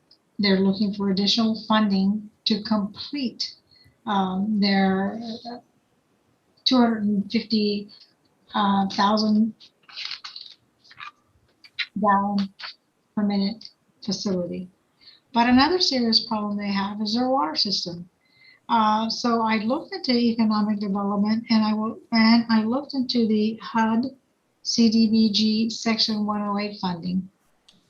And that is for entitlement counties. What you do is it's a loan, but whatever monies are allocated for other community, for the cities within the county, they are essentially pledging whatever monies are heading their way for X number of years. And in addition to that, also make the payments on the Section 108 loan program. So that was another option, but I think what would be best is to pursue the EDA Public Works and Economic Adjustment funding. Another issue with Bruceville Eddy is that they're split between two counties. So what I recommended to the city administrator is that he also approaches the Falls County and determine what kind of funding they may have available or how they may be able to assist them as well, because they are in dire need of both water and wastewater treatment facilities. So before pursuing all this funding, I wanted to touch base with the county and determine your thoughts in determining whether this is something you want to pursue in assisting them, or if I should work directly with them and Falls County as well. The city administrator will be approaching them this week to see about possible assistance with these projects as well. Now, as far as the wastewater treatment facility, they are working with an engineering group out of Waco, and the plans and the design are complete. The problem is that the USDA, because of their debt ratio, only qualified for the 5.8. But they're looking at close to $8 million to completely reconstruct that wastewater treatment facility. And who was that? Falls County, and I guess I'm not sure how we interact with them regarding this. I mean, Well, why would we need to be involved? Okay, that's fine. I just didn't know if we wanted to pursue a joint project with Falls County, since it's kind of right on the border there, the city, but it's just an option. But I guess what I'm trying to understand is what services if they provide to us if this project's completed. Well, they may be willing to match, provide some of the match funding for the grant. That was one option. They also have access to the Section 108 program, and that's another option. I'm sorry, I don't understand. Well, in my mind, Georgina, working, we, through our agreement with you, we agreed to let our communities make contact with you about their needs also and see, under the same agreement, and if you would work with them. So in my mind, you working directly with Bruce Villetti is fine. And then however they want to approach it with your expertise, if they want to approach Falls County for any support, that would be between them and Falls County and certainly not involve McLennan County. But if we need a letter of support for anything that Bruce Villetti's doing as far as their water treatment or sewer plant, then certainly I'd be agreeable to looking at that myself. But I think they've got to, I think that's between them and Falls County and you as far as it moving forward. I think they're just looking for, resources. You bet. And I don't disagree, and I encourage them, and I applaud them for doing that, because I know they do need the help. So any help they can get is great, and any help you can give them is great, and any support we can give them is great. So, whatever works. Okay. What I recommend we do is that I document all of my research and the options available to them, and then maybe have another brief Zoom meeting and come to a meeting of the minds and then pursue. But we need to do that fairly quickly. And I agree. I think they want to move as quickly as they can because they're worried about that loan and the escalating cost of building that plant. So, yeah, I agree with you there. Okay. Dustin, what I'll do is I'll send you the information I have and a summary of the resources, and then we can schedule one more brief meeting with them and then formalize or come to a meeting of the mind of what the county has agreed to contribute and what Bruce Eddy has. I know that they finalized their loan. I'd like to see how they want to pursue this as well. Okay, that sounds good. Appreciate you keeping us up to date. Thank you. You're welcome. All right, Thank you. thank you. All right, Dustin? All right, so Judge, that was item K2. I'm sorry, I did not. We can record that or accept that for recording purposes if you'd like. Okay, all right. Is there a motion to accept Georgina's report for recording So purposes? moved. I'll second. Any other discussion? No other discussion. All in favor say aye. Aye. Opposed? Pass. If it's okay with the court, I know Francis is under a little bit of a time crunch. If we could go to her items and try to knock those out. So we'd move on to item F, budget amendments. F1's regarding the FY23 budget. Francis? Thank you. So starting with F1A1, I believe we need to just go ahead and defer that again today.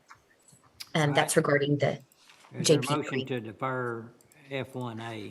So moved. Second. We have a motion and second. Any other discussion? No other discussion. All in favor say aye. Aye. Opposed? Pass. Okay, and then moving on with F1A2. This is in the Law Library Fund. It's a request from JP3 to increase the legal reference materials line within that fund. F1B, this is general fund for 414th District Court. The judge is requesting to move within that department into supplies for postage and additional supplies for the remainder of the year. F1C, this is general fund for 474th District Court. You approved a new court administrator position back in January. And so we wanted to see, when that position would be filled and how much additional funding would be needed to be more exact. So we know that now. And so we're requesting to increase the full-time employees line in that department. There are some funds we can move from their court reporter line due to a vacancy, but the remainder will need to come from contingencies in the general fund. F1D, this is general fund, our contracted programs department. We're requesting an increase to the line for our funding through the Area Agency on Aging through HOTCOG. Our cash match dues that we give, the county's been involved in this for many years. It is based on the population in the county that are age 60 and older. And so that population was updated mid-year. And so we need to increase that line item by moving from contingencies to accommodate the cash match dues. F1E, this is the Records Management Fund. So our archives department, within that special revenue fund, the request is to move into other services and charges for shredding services for the remainder of the year. F1F, this is Fund 420. This is our fund that holds the proceeds from the 2020 zoo bond. We are asking to increase the budgeted line for the Hoofstock barn from unallocated proceeds. So the budget's set up for the original budget that was provided by the city and the zoo. And so we have a portion that's unallocated. And so we'll move up as the request exceed the budget.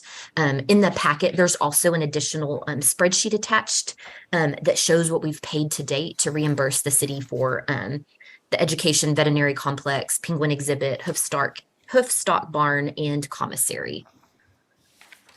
F1G, this is Fund 421, our 2021 bond proceeds. And this is a request to increase the ADA modifications line. This is related to a CP&Y invoice you approved on the last agenda. F1H, this is General Fund Road and Bridge 3. We had some funds budgeted in our countywide road and bridge department for the Forest Oaks project. Instead of outsourcing that project at this time, which will come later on, the department is needing to do some prep work for the project. So we're asking to move those budgeted funds into road construction materials for Road and Bridge 3 so they can make those, take care of the prep work that needs to be done. F1I, this is General Fund County Judges Department, just requesting to move within that department into supplies for some subscription services, as well as some future cost for the remainder of the year. F1J, this is Fund 401, our Permanent Improvement Fund. This is request is to move from the contingencies in that fund into the project lines for the 1211 Washington property. This will allow the work to be done to create 2 hard-walled offices on the 2nd floor of that building. And then F1K, this is General Fund Road and Bridge Precinct 1, requesting to move within that department into supplies for the remainder of the year. And then F1L, we need to defer that one today. Okay, is there a motion to defer F1L? So moved. Second. All right, we have a motion, second, any other discussion? No other discussion, all in favor say aye. Aye. Opposed, passed. All right, I need a motion to approve Francis' report that covered F1A2 all the way down to F1K. Move to approve. Second. All right, that motion second. Any other discussion? No other discussion. All in favor say aye. Aye. Opposed, pass. And then, All right. Francis, Thank you, is there anything under the 24 budget that you need to touch on, or do you want to do that ARPA budget amendment before? I sure can. So yes, so for F2A for the 24 budget, we don't have anything today. We'll start budget workshops after the July 6th agenda. So we'll have a lot to go through, of course, on that day. But then yes, I can go over the ARPA budget amendment. So that's K1A, authorization of American Rescue Plan budget adjustment. So this is in your packet, and it is taking decisions you've made in court and then allocating the budget accordingly to each project line. So this is a little different than when we look at what you've obligated, what you're wanting to spend the money on. This is when decisions have actually been made and we've entered into agreements. So you'll see the middle column, we have moved a little over $550,000 to specific project lines. So we have one of those is the Jack Harwell fire alarm system, all of our water projects that you'll see there that we've adjusted, including I know there was one, the Trading Post Creek project, which was an infrastructure project. Then there's a couple adjustments to the Fire Protection Association, the Tawakona Creek Water Improvement District, and then we also increased the lines for our contracts with LAN and also with our legal counsel. Any questions, let me know. All right, any questions on that? So what you're showing us here mainly, am I wrong, is our water side of it, infrastructure side? Or- So the form that the schedule that's in your packet, so these are all, it's broken down into categories, but these are all of the projects that you have specifically approved as a court. And so the water, I'm sorry, go ahead, Judge, Commissioner. From ARPA. Correct. All ARPA, to come to our, eventually to come to that, right under 50 million. But it's just keeping the budget in check, just based on decisions that have been made. Where is our system for our helicopter? The helicopter camera is, What's that under? sorry, give me one sec. Okay.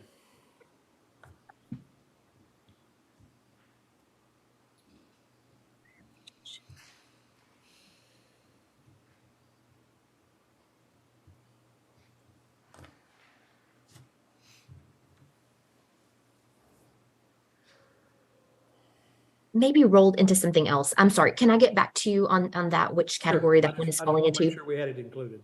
Yes, sir. Okay, all right, thank you. Thank you. All right.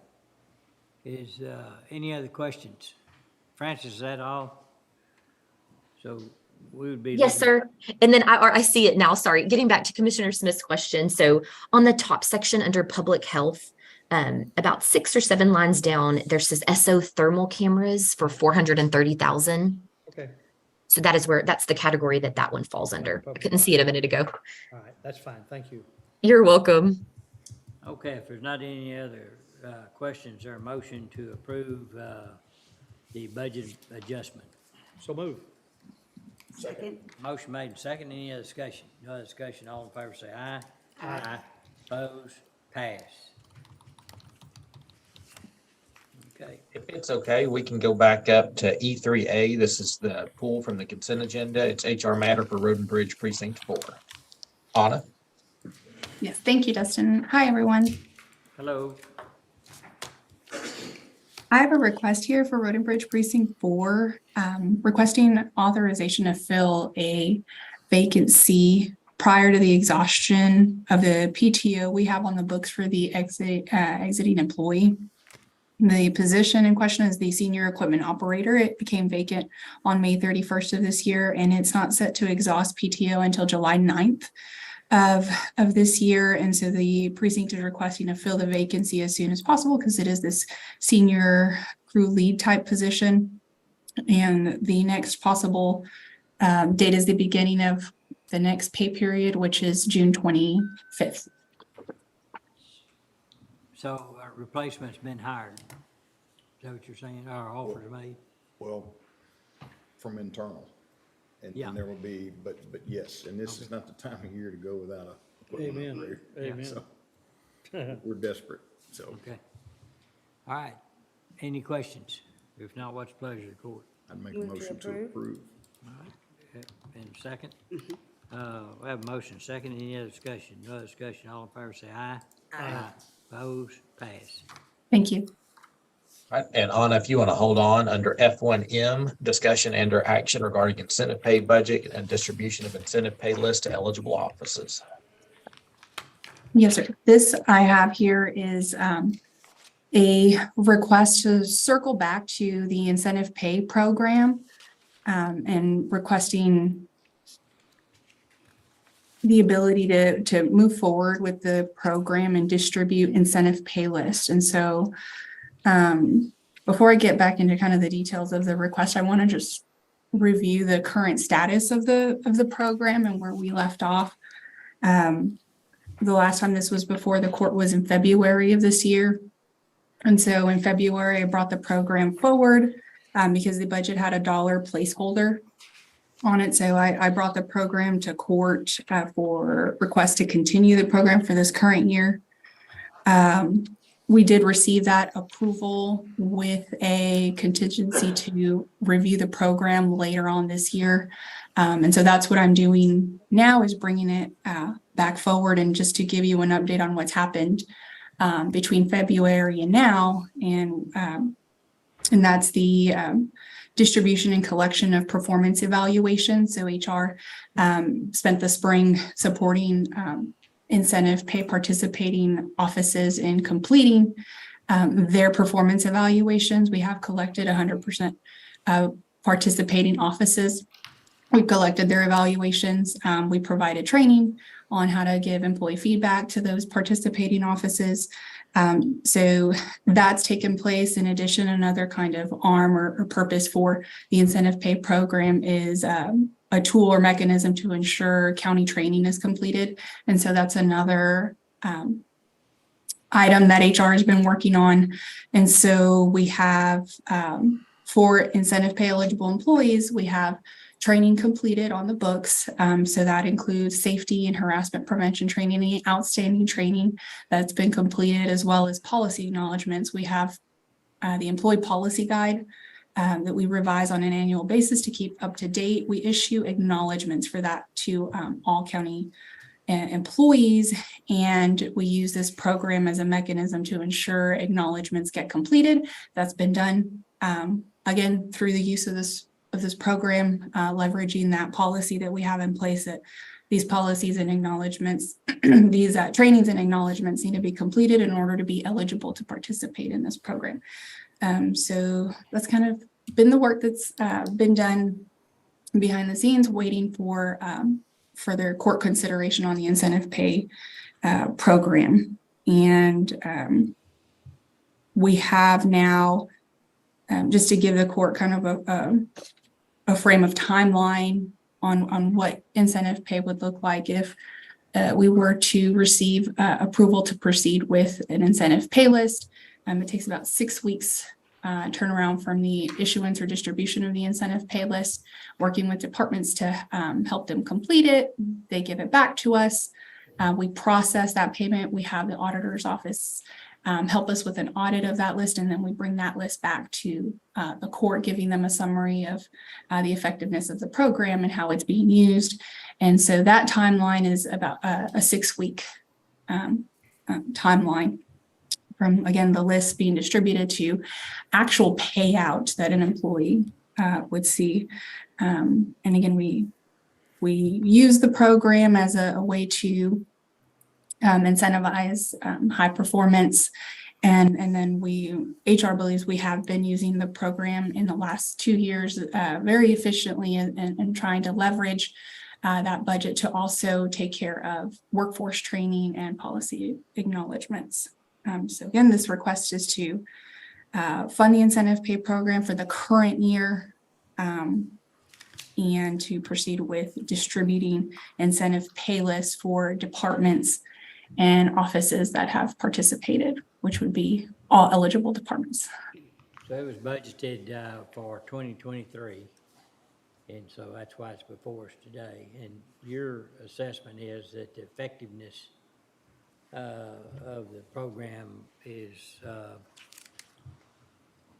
effective. Is that correct? Yes, sir. And that's correct. I think the additional policies that we put in place tying training, not just HR training, I forgot to mention cybersecurity training is also tied to this, tying those elements into the program and using that as encouragement to complete trainings, both supervisor and employee based, is very effective. And so we're squeezing the juice out of this budget to try to accomplish as much as we can with it. Okay, questions? I had one, and I'm looking at the notes that you provided to the court. You said there are 473 eligible positions, I guess, that would qualify for an incentive bonus, and 347 eligible employees. Okay, since we have more than that as far as county employees, take me through, you started with the total number, and I know we take SO out, I think, because they have another STEP program, but show me how you came to 473 people. Yes, ma'am. So this is for civilian positions only. So any position that's a part of the STEP pay program, which was our law enforcement and detention, or I'm sorry, jail positions, jailer's license or peace officers, they're under the sheriff's office, they're not eligible for incentive pay. So that eliminates that. We also, that So give me that number, because we start out, what's our total number of employees, and then when you take away those employees, what number is that? Positions eligible for incentive pay, that's the 473. I'm trying to figure out how many you took out. Were they all just law enforcement, or are there Law some people who- enforcement. Okay, it's just law enforcement out of this number? Or are there That some and- people in this number that maybe became ineligible because of other reasons? I guess I'm trying to see how many employees did we have that were ineligible for this year? I see. So that would be the difference between that 473 eligible position numbers and the 347 eligible employees. Okay.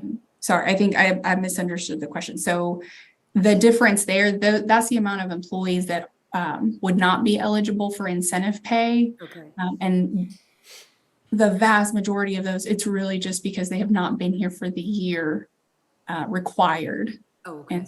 And so they haven't reached their 1-year anniversary on the determination date. And so if the program continued next year and they reached their 1-year anniversary, at that point, they would become eligible for incentive pay pending, of course, their performance evaluation rating.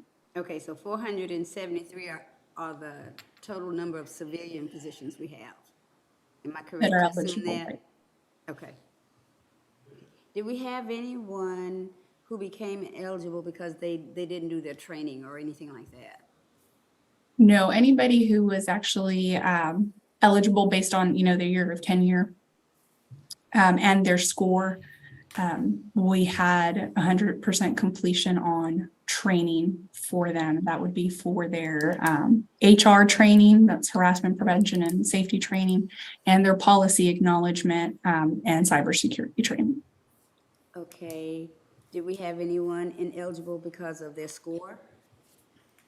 We had a handful. And so what usually happens is the count of ineligible positions like that, we usually provide that breakdown once we bring the incentive pay list back to Commissioner's Court for final approval. And that's actually showing individual department payouts. And then we also provide the court a summary of those types of figures of these employees. Okay, I was just wondering if you had a raw number off the top of your head. I didn't want to know by departments and I didn't want to know name. I was just trying to look for a number. I don't have the number specific to employees ineligible because of score. I don't have that off the top of my head. Okay. Yes, sir. First of all, I say I appreciate all the work that's gone into getting us to this point. However, until I know more about what we're going to pay out comp time, what recommendation is going to be made on COLA for all of our employees, what our health insurance is going to cost us for our employees, and the fact that there's no other county in Texas that's doing this that we can find, I'm not ready to support the incentive pay.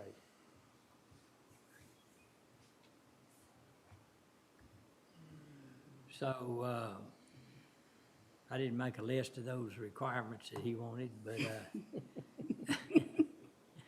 Well, I'm just curious, what recommendations going to be made for a COLA for our employees?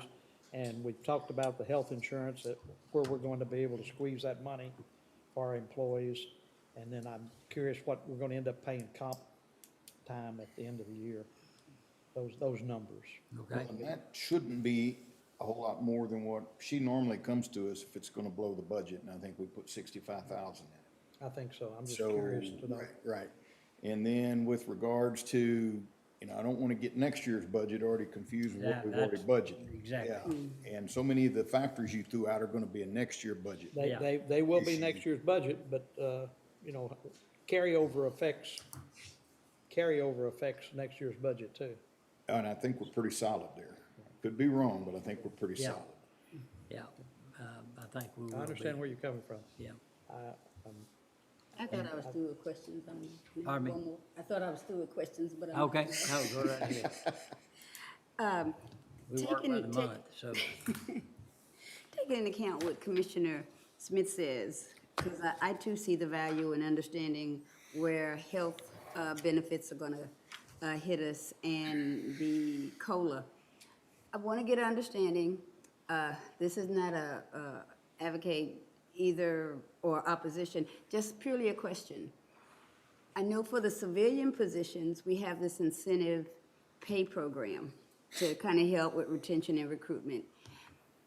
And so I know on the law enforcement side, is it, in that STEP system, isn't that type of incentive built into that STEP system? Because I'm trying to find a way to make sure we treat all employees equally, whether they're law enforcement or civilian.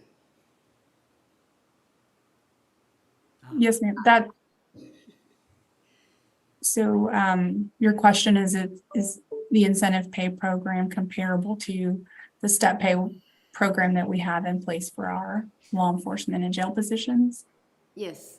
Yes, Do I we would. have something, and I guess you said next time we need to send you these questions in writing beforehand. So if you need to get back to me, that's fine too. But I'm wondering, is there something built into that STEP system that kind of addresses recruitment and retention for our law enforcement employees? Yes, there is. So it's something that we advertise on our postings. And our main career portal page is that step pay program showing that, as of last year with the change to the tiers, that as soon as 2 years into your employment as a jailer, you can move up in pay, at year 2. And I know they're built in different, I'm not saying they're the same. I just was trying in my head. Yeah, they're a little different, but it's, you know, the idea is to, well, a couple of things that would, is trying to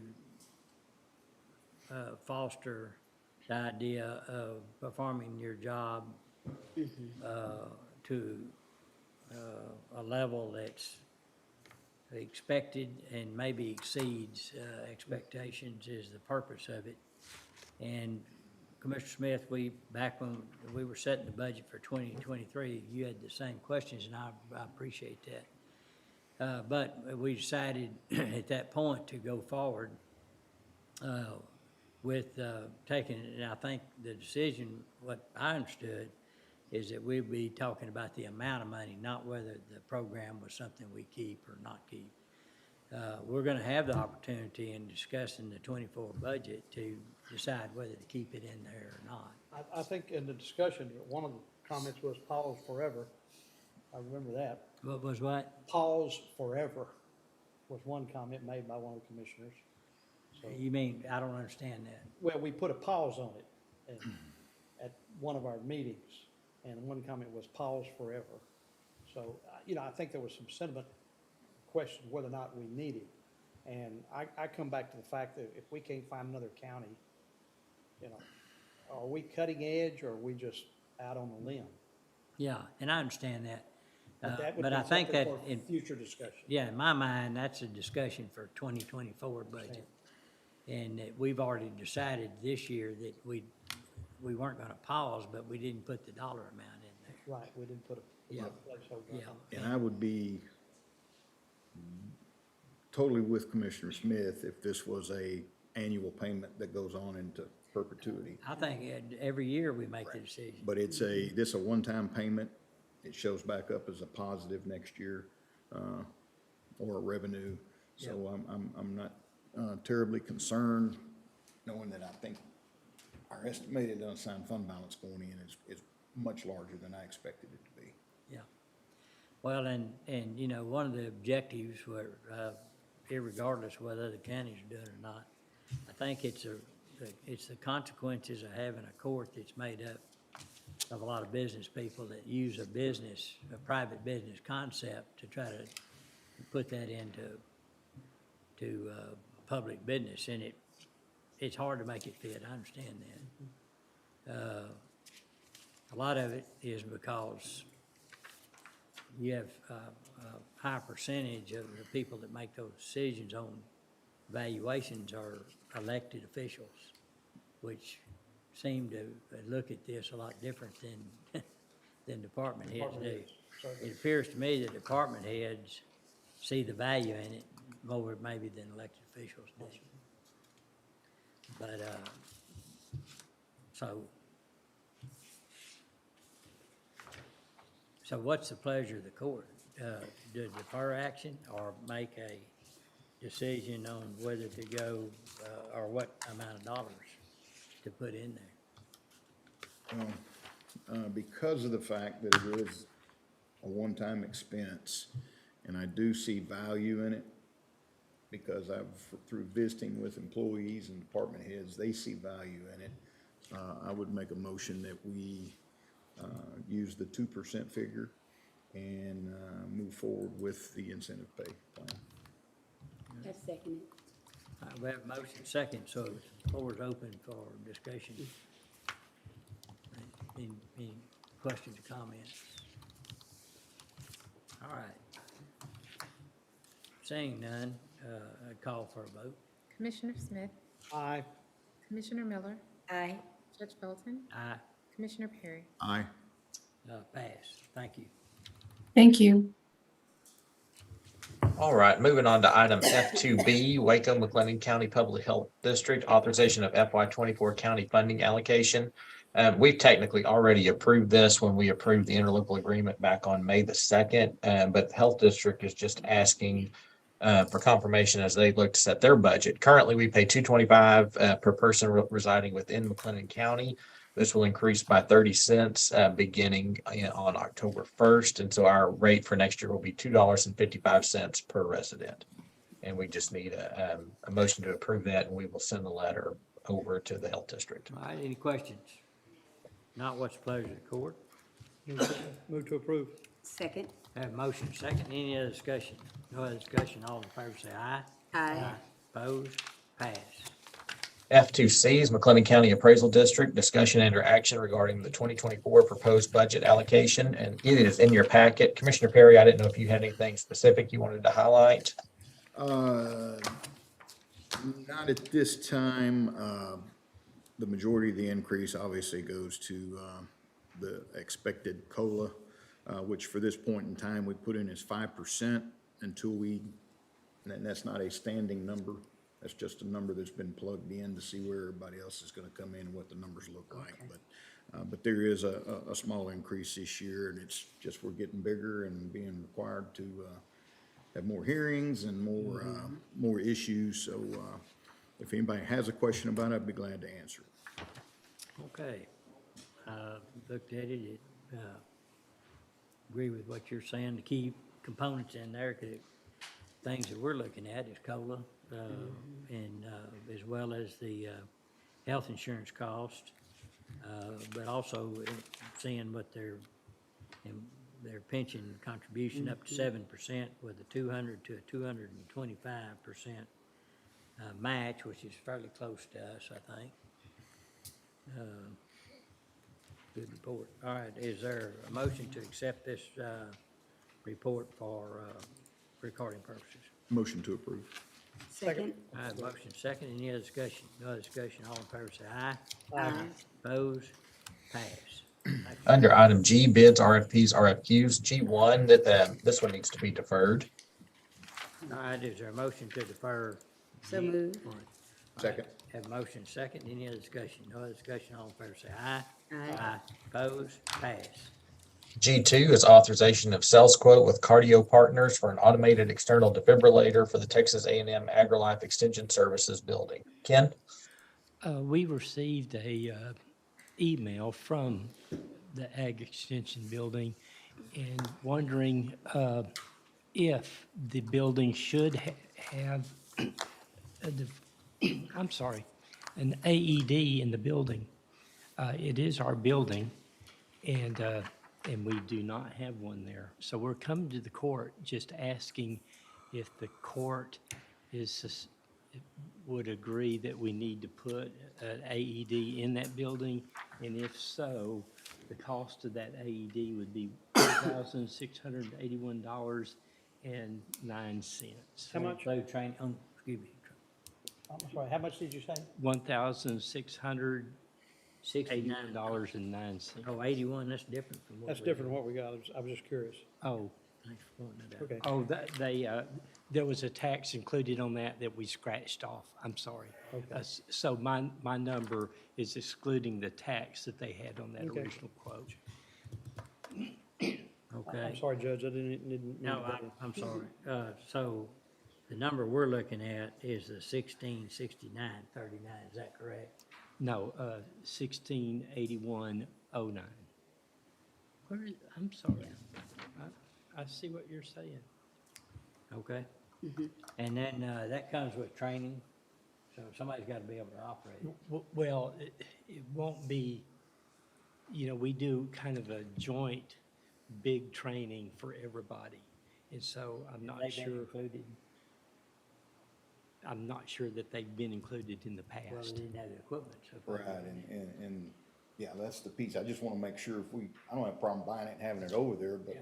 if nobody knows how to use it, Yeah, there's a liability right there. it needs to be more than one person, because one of them might be the one that goes down. Right. Those are hard to operate on your own. I would say knowing the AgriLife people, they'll get their people trained. Yeah. They're good about, I agree. they'll take care of that.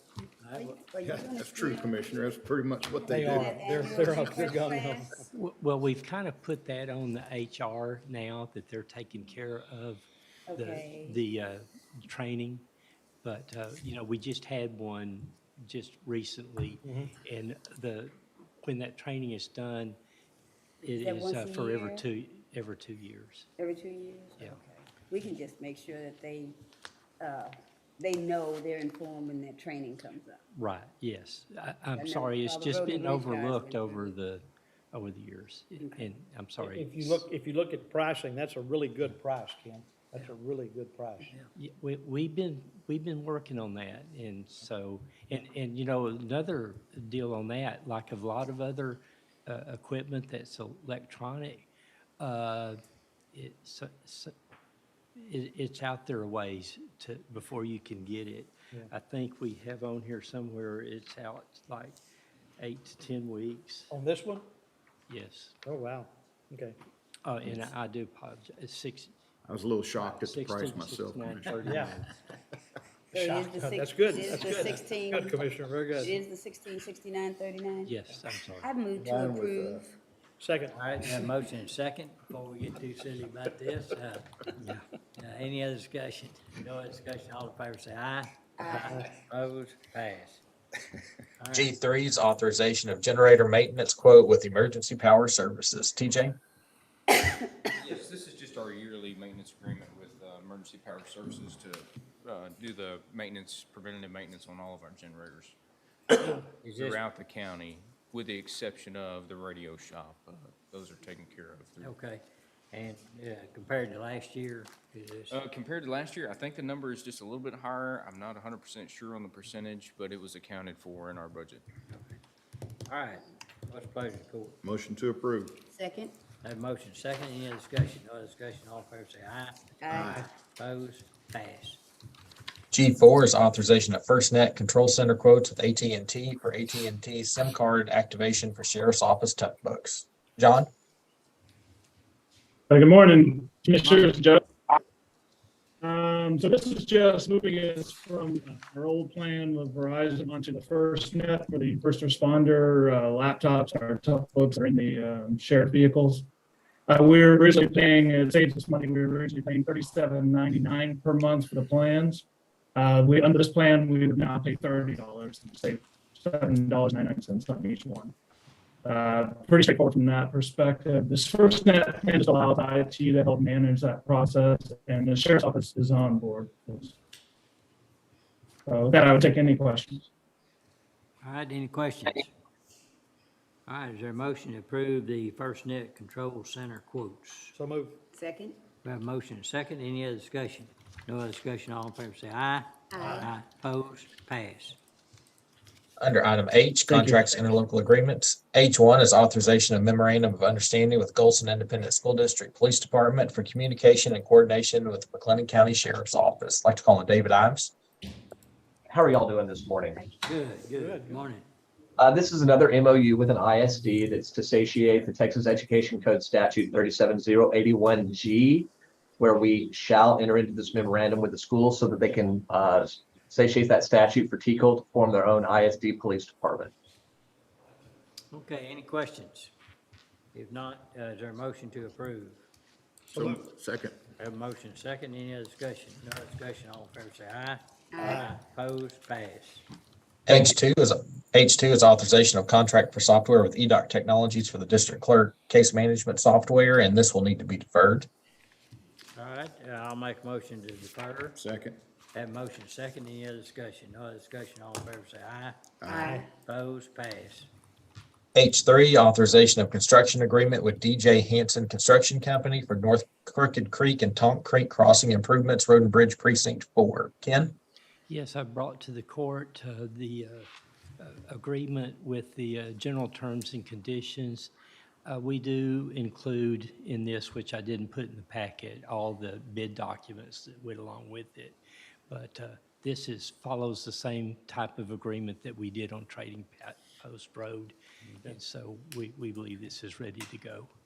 All right, is there a motion to approve the agreement with DJ Hanson Construction Company? Motion to approve. Second? We have a motion second. Any other discussion? No other discussion. All in favor say aye. Aye. Opposed? Pass. H4 is authorization of customer service agreement with RW Lone Star Security for shredding services for the archives records management. John?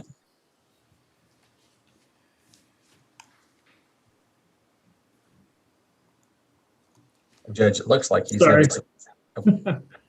I'm back. Yeah, so this is just our service agreement with training services about provide 195 gallon container for shredding. Agreements for 1 year from 6/29 through to 23, excuse me, 6/19/24. I didn't. I agree. We didn't hear you very well, sir. Oh, sorry about that. Can you hear There me you are. now? Yes, sir. I have a lot of construction right at my office now. So this is just for shredding services for our archives record division. And it's just agreement for the new year from June 20th of 23 to June 19th of 24. All right, is there a motion to approve the agreement with RW Lone Star Security LLC? So move. Second. We have a motion second. Any other discussion? No other discussion. All in favor say aye. Aye. Opposed? Pass. 5 is authorization of road use agreement with SP Jaguar Solar LLC. Zane? Good morning, everyone. Good morning. This agreement with Jaguar Solar LLC is a road use agreement. They're going to put a solar farm in the vicinity of Double E Ranch Road and Elk Road in Precinct 2. So this road use agreement essentially says that if they damage the road due to their installation of their solar farm, then they'll have to repair the road at their expense. This is becoming a standard for these types of installations, whether it be solar or wind. And it's only fair that if the company tears up our roads when they're installing their system, that they need to come back and repair it. So this agreement has been reviewed and is recommended for approval. All right, any questions? Got one question. Who determines that who makes the final decision on whether or not the road was torn up? Probably be my office, sir. They're going to do a survey and videotape it before. And then essentially the road foreman needs to keep an eye on the road, if they feel that it's been tore up by the trucking industry, you know, them, Right. then they would bring it to my attention, and then I would get involved, look at the before survey, the after survey, and make a determination. And if it's determined that they are to blame, then we would start discussions with them to get them to repair the road. I know we take before pictures. We went out there and made an assessment. It looked like they stopped any kind of activity out there. Have you talked to them recently? Their schedule is pretty fluid. Sometimes it seems like it's going, and sometimes it seems like it's stopped. So this actual SP Solar, Jaguar Solar, is about the third name that they've provided to us. And so that's the current name. So my files have 3 different names on this company. Yeah, there's brokers, there's all these brokers that get these deals. It's just like an oil and gas deal. They can trade them. You know, they're a commodity, and so Well, you that- might see the name change. That would beg the question then, if they were to change brokers or change owners, there's still some liability on whomever is the current holder of the contract for this. I would believe so. I'd let our counsel weigh in on that. Okay. To transfer paperwork such as what we're gonna do today. I lost my question when you said that, but it'll come back to me. I lost that question. All right, any other questions? If not, is there a motion to approve the road use agreement? So move. I'll second. Any other discussion? No other discussion, all in favor say aye. Aye. Opposed, pass. And Zane, after we do H6, then I know you've got 2 other items close by, so we'll do those 2. So H6 is regarding the professional engineering services agreement proposal with Lockwood, Andrews and Needham Incorporated, authorization of additional services for East Rainer Lane Creek Crossing Improvement Project. Yes, sir. So there's 2 creeks that cross East Rainer Lane, and there's additional surveying and additional hydraulic analysis that needs to occur. And so I'm asking the court to approve an additional $5,000 for LAN to perform these services. Okay, any questions? If not, is there a motion to approve? So move. All right. Second. Motion made, second, any other discussion? No other discussion, all in favor say aye. Aye. Opposed, pass. Under item H10, authorization of agreements to contribute right-of-way funds with the state of Texas, acting through the Texas Department of Transportation and related resolutions. H10A is regarding Farm to Market Road 107 from McLennan County, Corio County line to State Highway 317. And then H10B is regarding Farm to Market Road 434 from McLennan County, Falls County line to FM 3400. Zane? Yes, sir. So this kind of goes back to the year 2019 when TxDOT approached us to improve these 2 roadways for safety purposes, widening, other safety improvements, including adding guardrail, a little bit of shoulder work. So as part of the agreement, our local match would be roughly 10%. And so for the 107 route, FM 107, it would be $137,500. And then for the for FM 434 route, it would be $273,655. And this will be a much needed improvements. It's recommended for both of these agreements to be approved. All right, what's the pleasure of the court? Make a motion to approve H10A and H10B. Second. All right, have a motion second, any other discussion? No other discussion, all in favor say aye. Aye. Opposed, pass. Thank you. Okay, I want to go back to H5. Wait a minute, Zane, my question came back. Okay. Okay. We didn't give Jaguar Solar any county incentives, right? No, and it's agreement between the private landowner and the company, we're not involved in it for abatements or anything.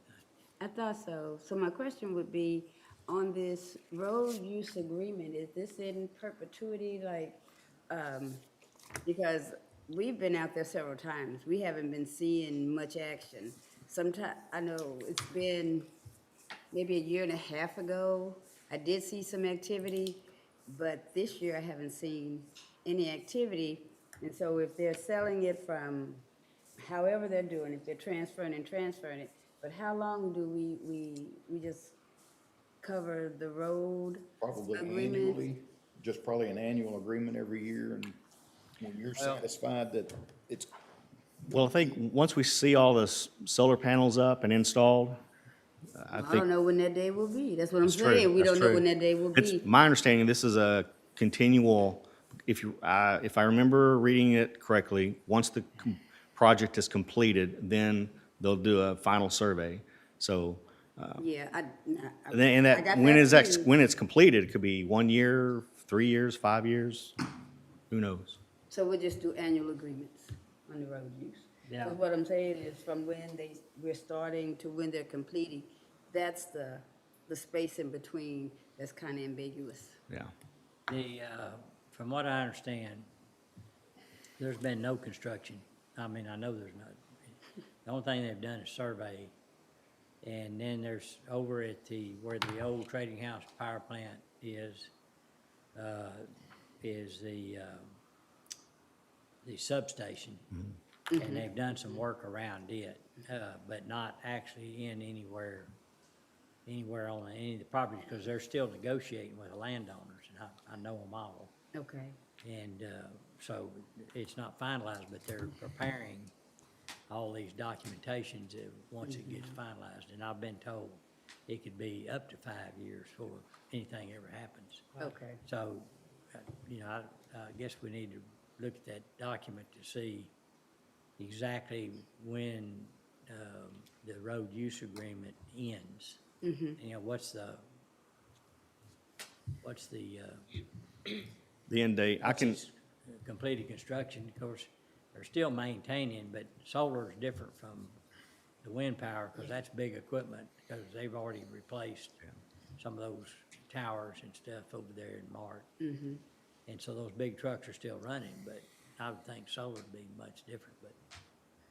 And Judge, as Zane said, it does just reference upon completion of the project. Okay, Okay. so I guess there's a completion permit or agreement or something that the landowners were gonna sign off on, that, yeah, it's done, and they start getting their royalty money. Okay. okay. All right, thank you. Okay, that's. All right, moving to item H7, authorization of interlocal agreement with the 10th Court of Appeals. There's a dishwasher installed in their offices that is failing.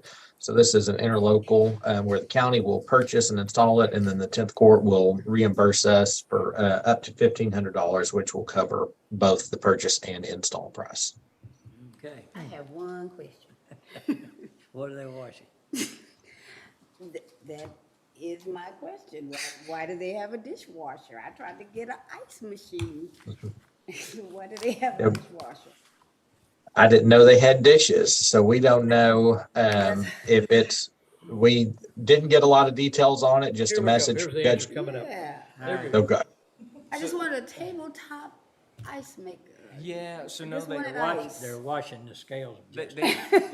they do have a small break room in the back of their space, and it's much like, the majority of the break rooms around the county. It's a sink, refrigerator, just the very basics, but it does have a dishwasher for some reason. Yeah. Well, the only thing Zane gives us is a bottle of Dawn. I got the same thing in my shop. They're paying for it themselves, huh? Yeah. No, we paying for it. So they're gonna reimburse? No, us? they're They're gonna gonna reimburse. reimburse? Yeah. Yeah, okay. I would, Judge, quickly, in reference to the commissioner's comment about being shocked about the good cost, I'd say on this one, I wash my hands. All right, there's a point where you can tell the meeting's going on too long. well played, sir. All right, so, let's see, where are we? Did we get a motion to approve? I move to approve. Second. I have a motion and second. Any other discussion? No other discussion. All in favor, say aye. Aye. Opposed, pass. Thank you. Under H8, I know we need to defer H8A and H8B, and I also believe we need to defer H9. Is that correct, Commissioner Smith? That's On correct. We don't have the paperwork back from them. That's correct. So H8, A, B, and 9. Mr. Smith, is that a motion? Yeah, a motion to defer H8A, H8B, and H9. Second. All right, have a motion second. Any other discussion? No other discussion. All in favor say aye. Aye. Opposed? Pass.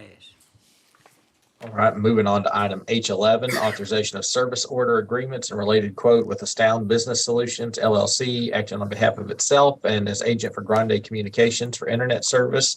We have H11A, H11B, and H11C. John, can you hear us okay? Yes, good morning again, Commissioners. Hopefully you can hear me. So this is a look at, we've had some issues with our internet. We've seen some spikes where we've had connectivity issues, especially during meetings and such. We've also had the internet go out on us a few times. So we got with, we talked to Astound Grande and we came up with a solution that's on contract, state contract. And so the proposal here is to increase our internet speeds, both at the 500 Columbus Avenue, which is the main connection for the county down here in the campus, and out at the COPS facility to help us with our data transfer. And then also this proposal brings in, what you're seeing in that spreadsheet is we have a lot of accounts, individual accounts for different buildings in the county. This would bring many of those under the one main account. It would also help us with managing all of our accounts with our internet service provider. Also, where you see those, the purple, where it says ELAN, what that would also do is instead of having an individual connection out to the internet as the buildings do now, that would bring them into our main connection with the county. So that they would all be going for our main connection, make it far more manageable and cheaper for us because we save all of the management fees on our equipment that runs those individual sites currently. And then also out in the peach or pink or salmon colored column out there, we're looking at doing diverse paths for both 500 Columbus and for our backup data facility on Cobb's Drive, excuse me. And what that will do for us is have two diverse routes in there so that if one network is down, the other network automatically picks up and we won't have the outages we're seeing at and as you can see, now those each broken out into one agreement. So to get the redundancy and such is that third agreement you're seeing, which is $2,370. These are all recurring costs per month. And to add the speed, to increase the speed and get everything into our network would be $3,180 per month. As you're seeing all of those sides being pulled into our main site here. And then just getting this on contract pricing will drop the price from our current $7,770.91. That would take us $2,010 a month, and it would only be $5,759.95 per month. Now, all of that total together would be the new monthly recurring cost would be $11,309.95. And one note I would make about all of this is this will all take some construction on Astound and Grande's end. So these costs would not be incurred until each site was brought online, and that we're looking at more than likely 90 to 120 days, even after approval, before those would actually be incurred. With that, I would take any questions. Are we with Astound right now? Yes, we are. Okay. And we're on a 3-year contract that's expiring in August. So we'll get it done in this budget year. I think it's just microphones. Yeah, it must be. John, we're having a terrible time hearing you today. Apologize that. I think it's the construction behind me, but No. I'll try to speak up. If that It's helps. not the construction. It's a connection. That's what I was okay. asking if we're. From the IT. We need To your question, yes, it is something that we would begin this budget year. The build outs for the other locations that are on there we wouldn't be billed for any of that until their construction portion is complete from Grande in regards. So our overall bills would be lower for the time being until probably around October is when we'd see those costs reincurred. Okay.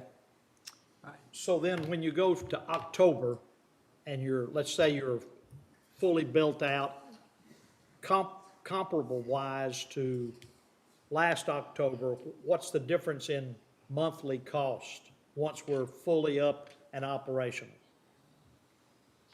So overall, with our diverse paths and everything else played in there, our overall would be around about 3,500 to 4,000 increase. However, those costs would be offset in our firewall expenses for those locations that we would be doing the build outs to.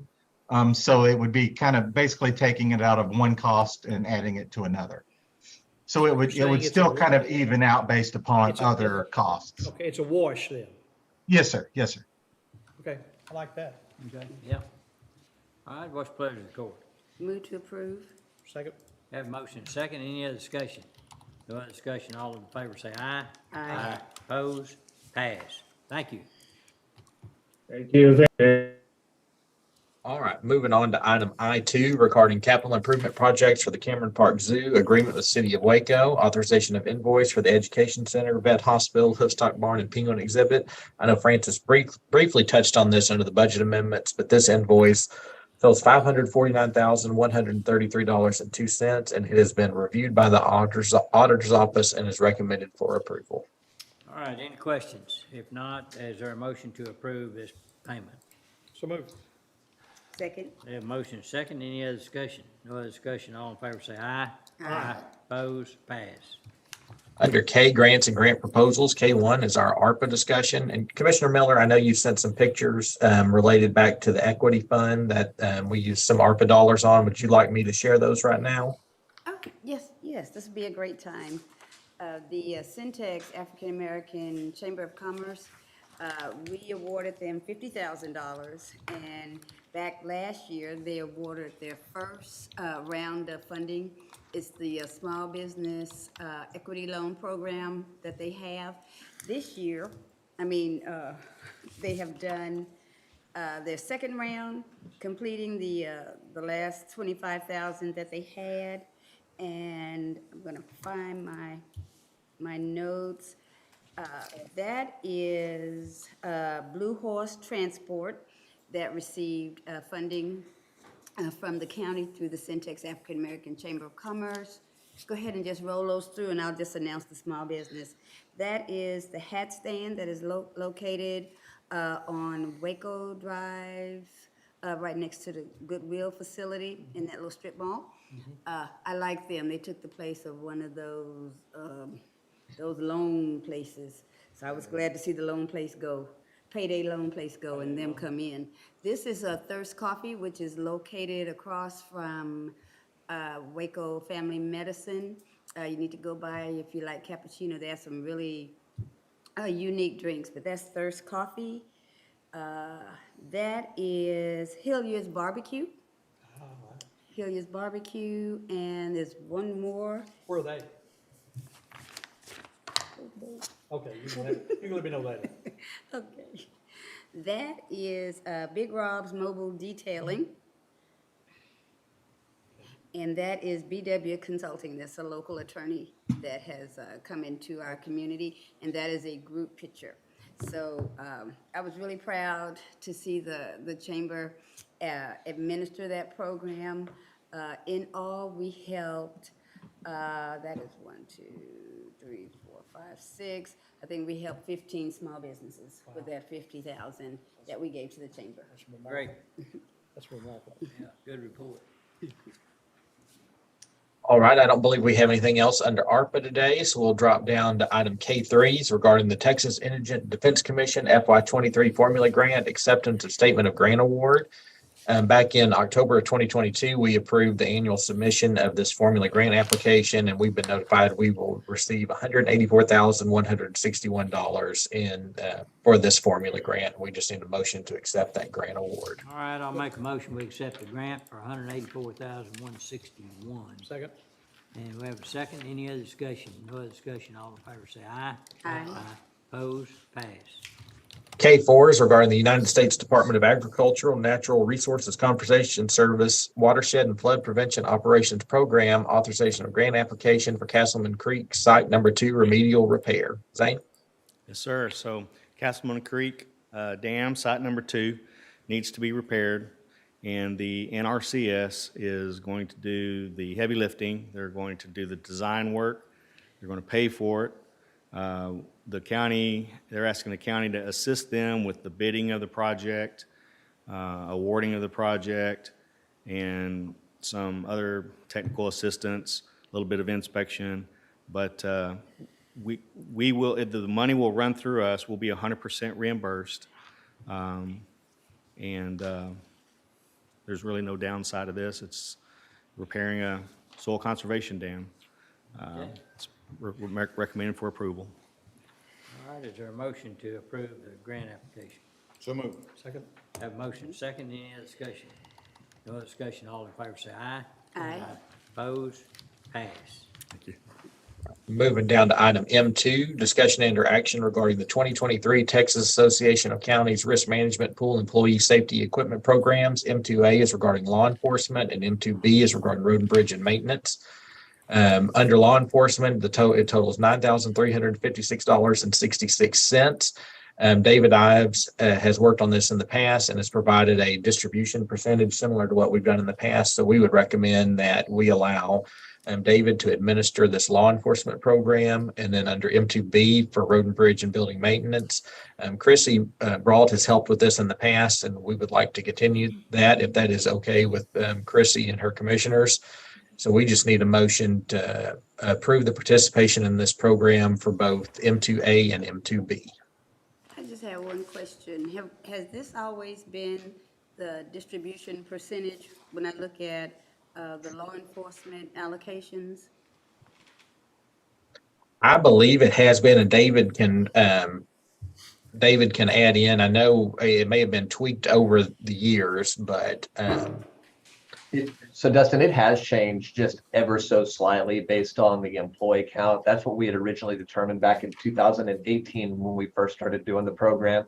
But those percentages changed by barely even a fraction of a percentage year over year. It's a very, very small change, if any, usually decimal points. And I guess my question is, when I look at precinct 3 and precinct 4, and I know those are smaller constable departments, they tend not to ask for a lot, and they're only receiving like $150 out of this. I'm trying to figure out what it is that we think they can buy. There are items that range, Commissioner, from very small, like high use items like CR123 batteries, all the way up to body armor. So the sky is kind of the limit. There are thousands and thousands of products on there. And we always have the constables come over one at a time, and we show them the system, walk them through it, let them know what other agencies have purchased, what we think is interesting on there. And then they look at those appropriate items to pick something that's within the budget they've been allocated. But the court, y'all can set that percentage to be whatever y'all want it to be.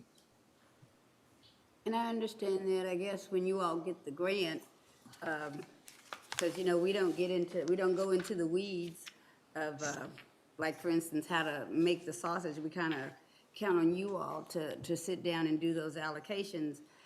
And just in the spirit of fairness, I'm just wondering, because I know the sheriff's office has a really nice budget.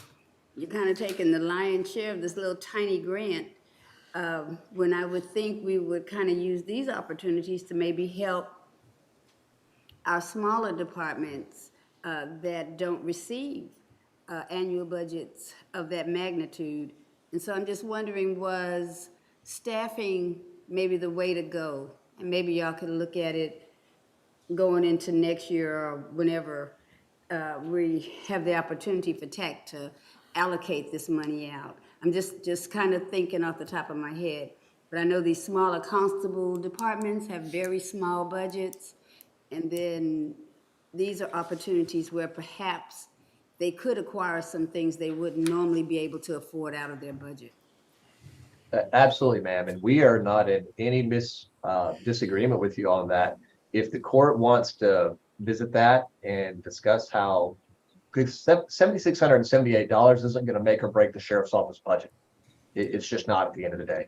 So if the court wants to look at allocating that, we would have to probably get with TAC with the RMP guys, because I believe that's done specifically to the sheriff in the sheriff's email with the sheriff's specific login. And I'm sure that TAC could make considerations if we want to just, allocate that to the smaller departments instead.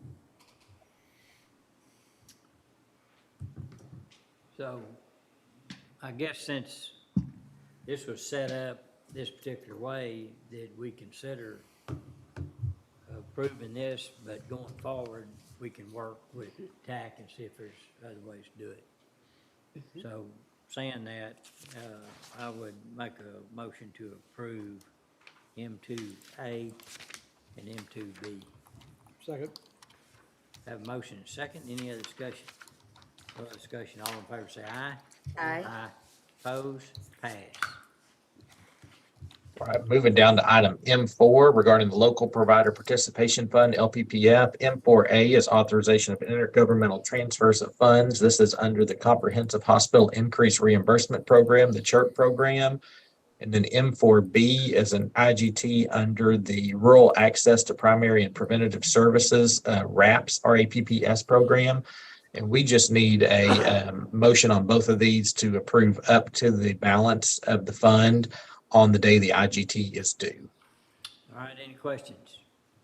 If not, I'll make a motion, we approve that. Is there a Second.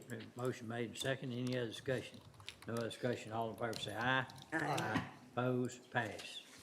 M4C was under the 1115 waiver, and it can be pulled with no action. All right, cool, no action. Moving down to item N, Americans with Disabilities Compliance Project. N1 is authorization of professional services invoice with CPNY. This is for the records building ADA renovations for April. Invoice number 2. And back in February, we approved this agreement with CPNY. This is on the records building. We broke it out separately. This invoice totals $7,443.50. It has been reviewed and is recommended for approval. All right, what's the pleasure of the court? Motion to. Second. Have a motion second. Motion made and second. Any other discussion? No other discussion. All in favor say aye. Aye. Opposed? Pass. Under item O, McLennan County Venue Project. O1 is authorization of job cost estimate from Astound Broadband for fiber loop connection for Extraco Event Center in the base. TJ? So what you have before you is an estimate, I believe it's from Astound, to do a fiber tie-in. After further investigation, what we found, when the base was constructed, they brought the fiber in off of Lake Air. When Extraco had their fiber done, it was brought in off of, I believe that's New Road on the other side. This fiber connection will tie both the buildings together and give us redundancy around the entire complex. So regardless of whether the loop drops out on Lake Air or it drops out on New Road, we'll always have service to both facilities. So that's what this is for. Okay. All right, any questions? If not, what's the pleasure of the court? Move to approve. Second. Have a motion and second. Any other discussion? No other discussion. All in favor say aye. Aye. Opposed? Pass. Right, Judge, I believe that should take care of all the action items. I know we did a lot of skipping around though. Okay. All right. Is there anything else to come before the court today? If not, we stand adjourned.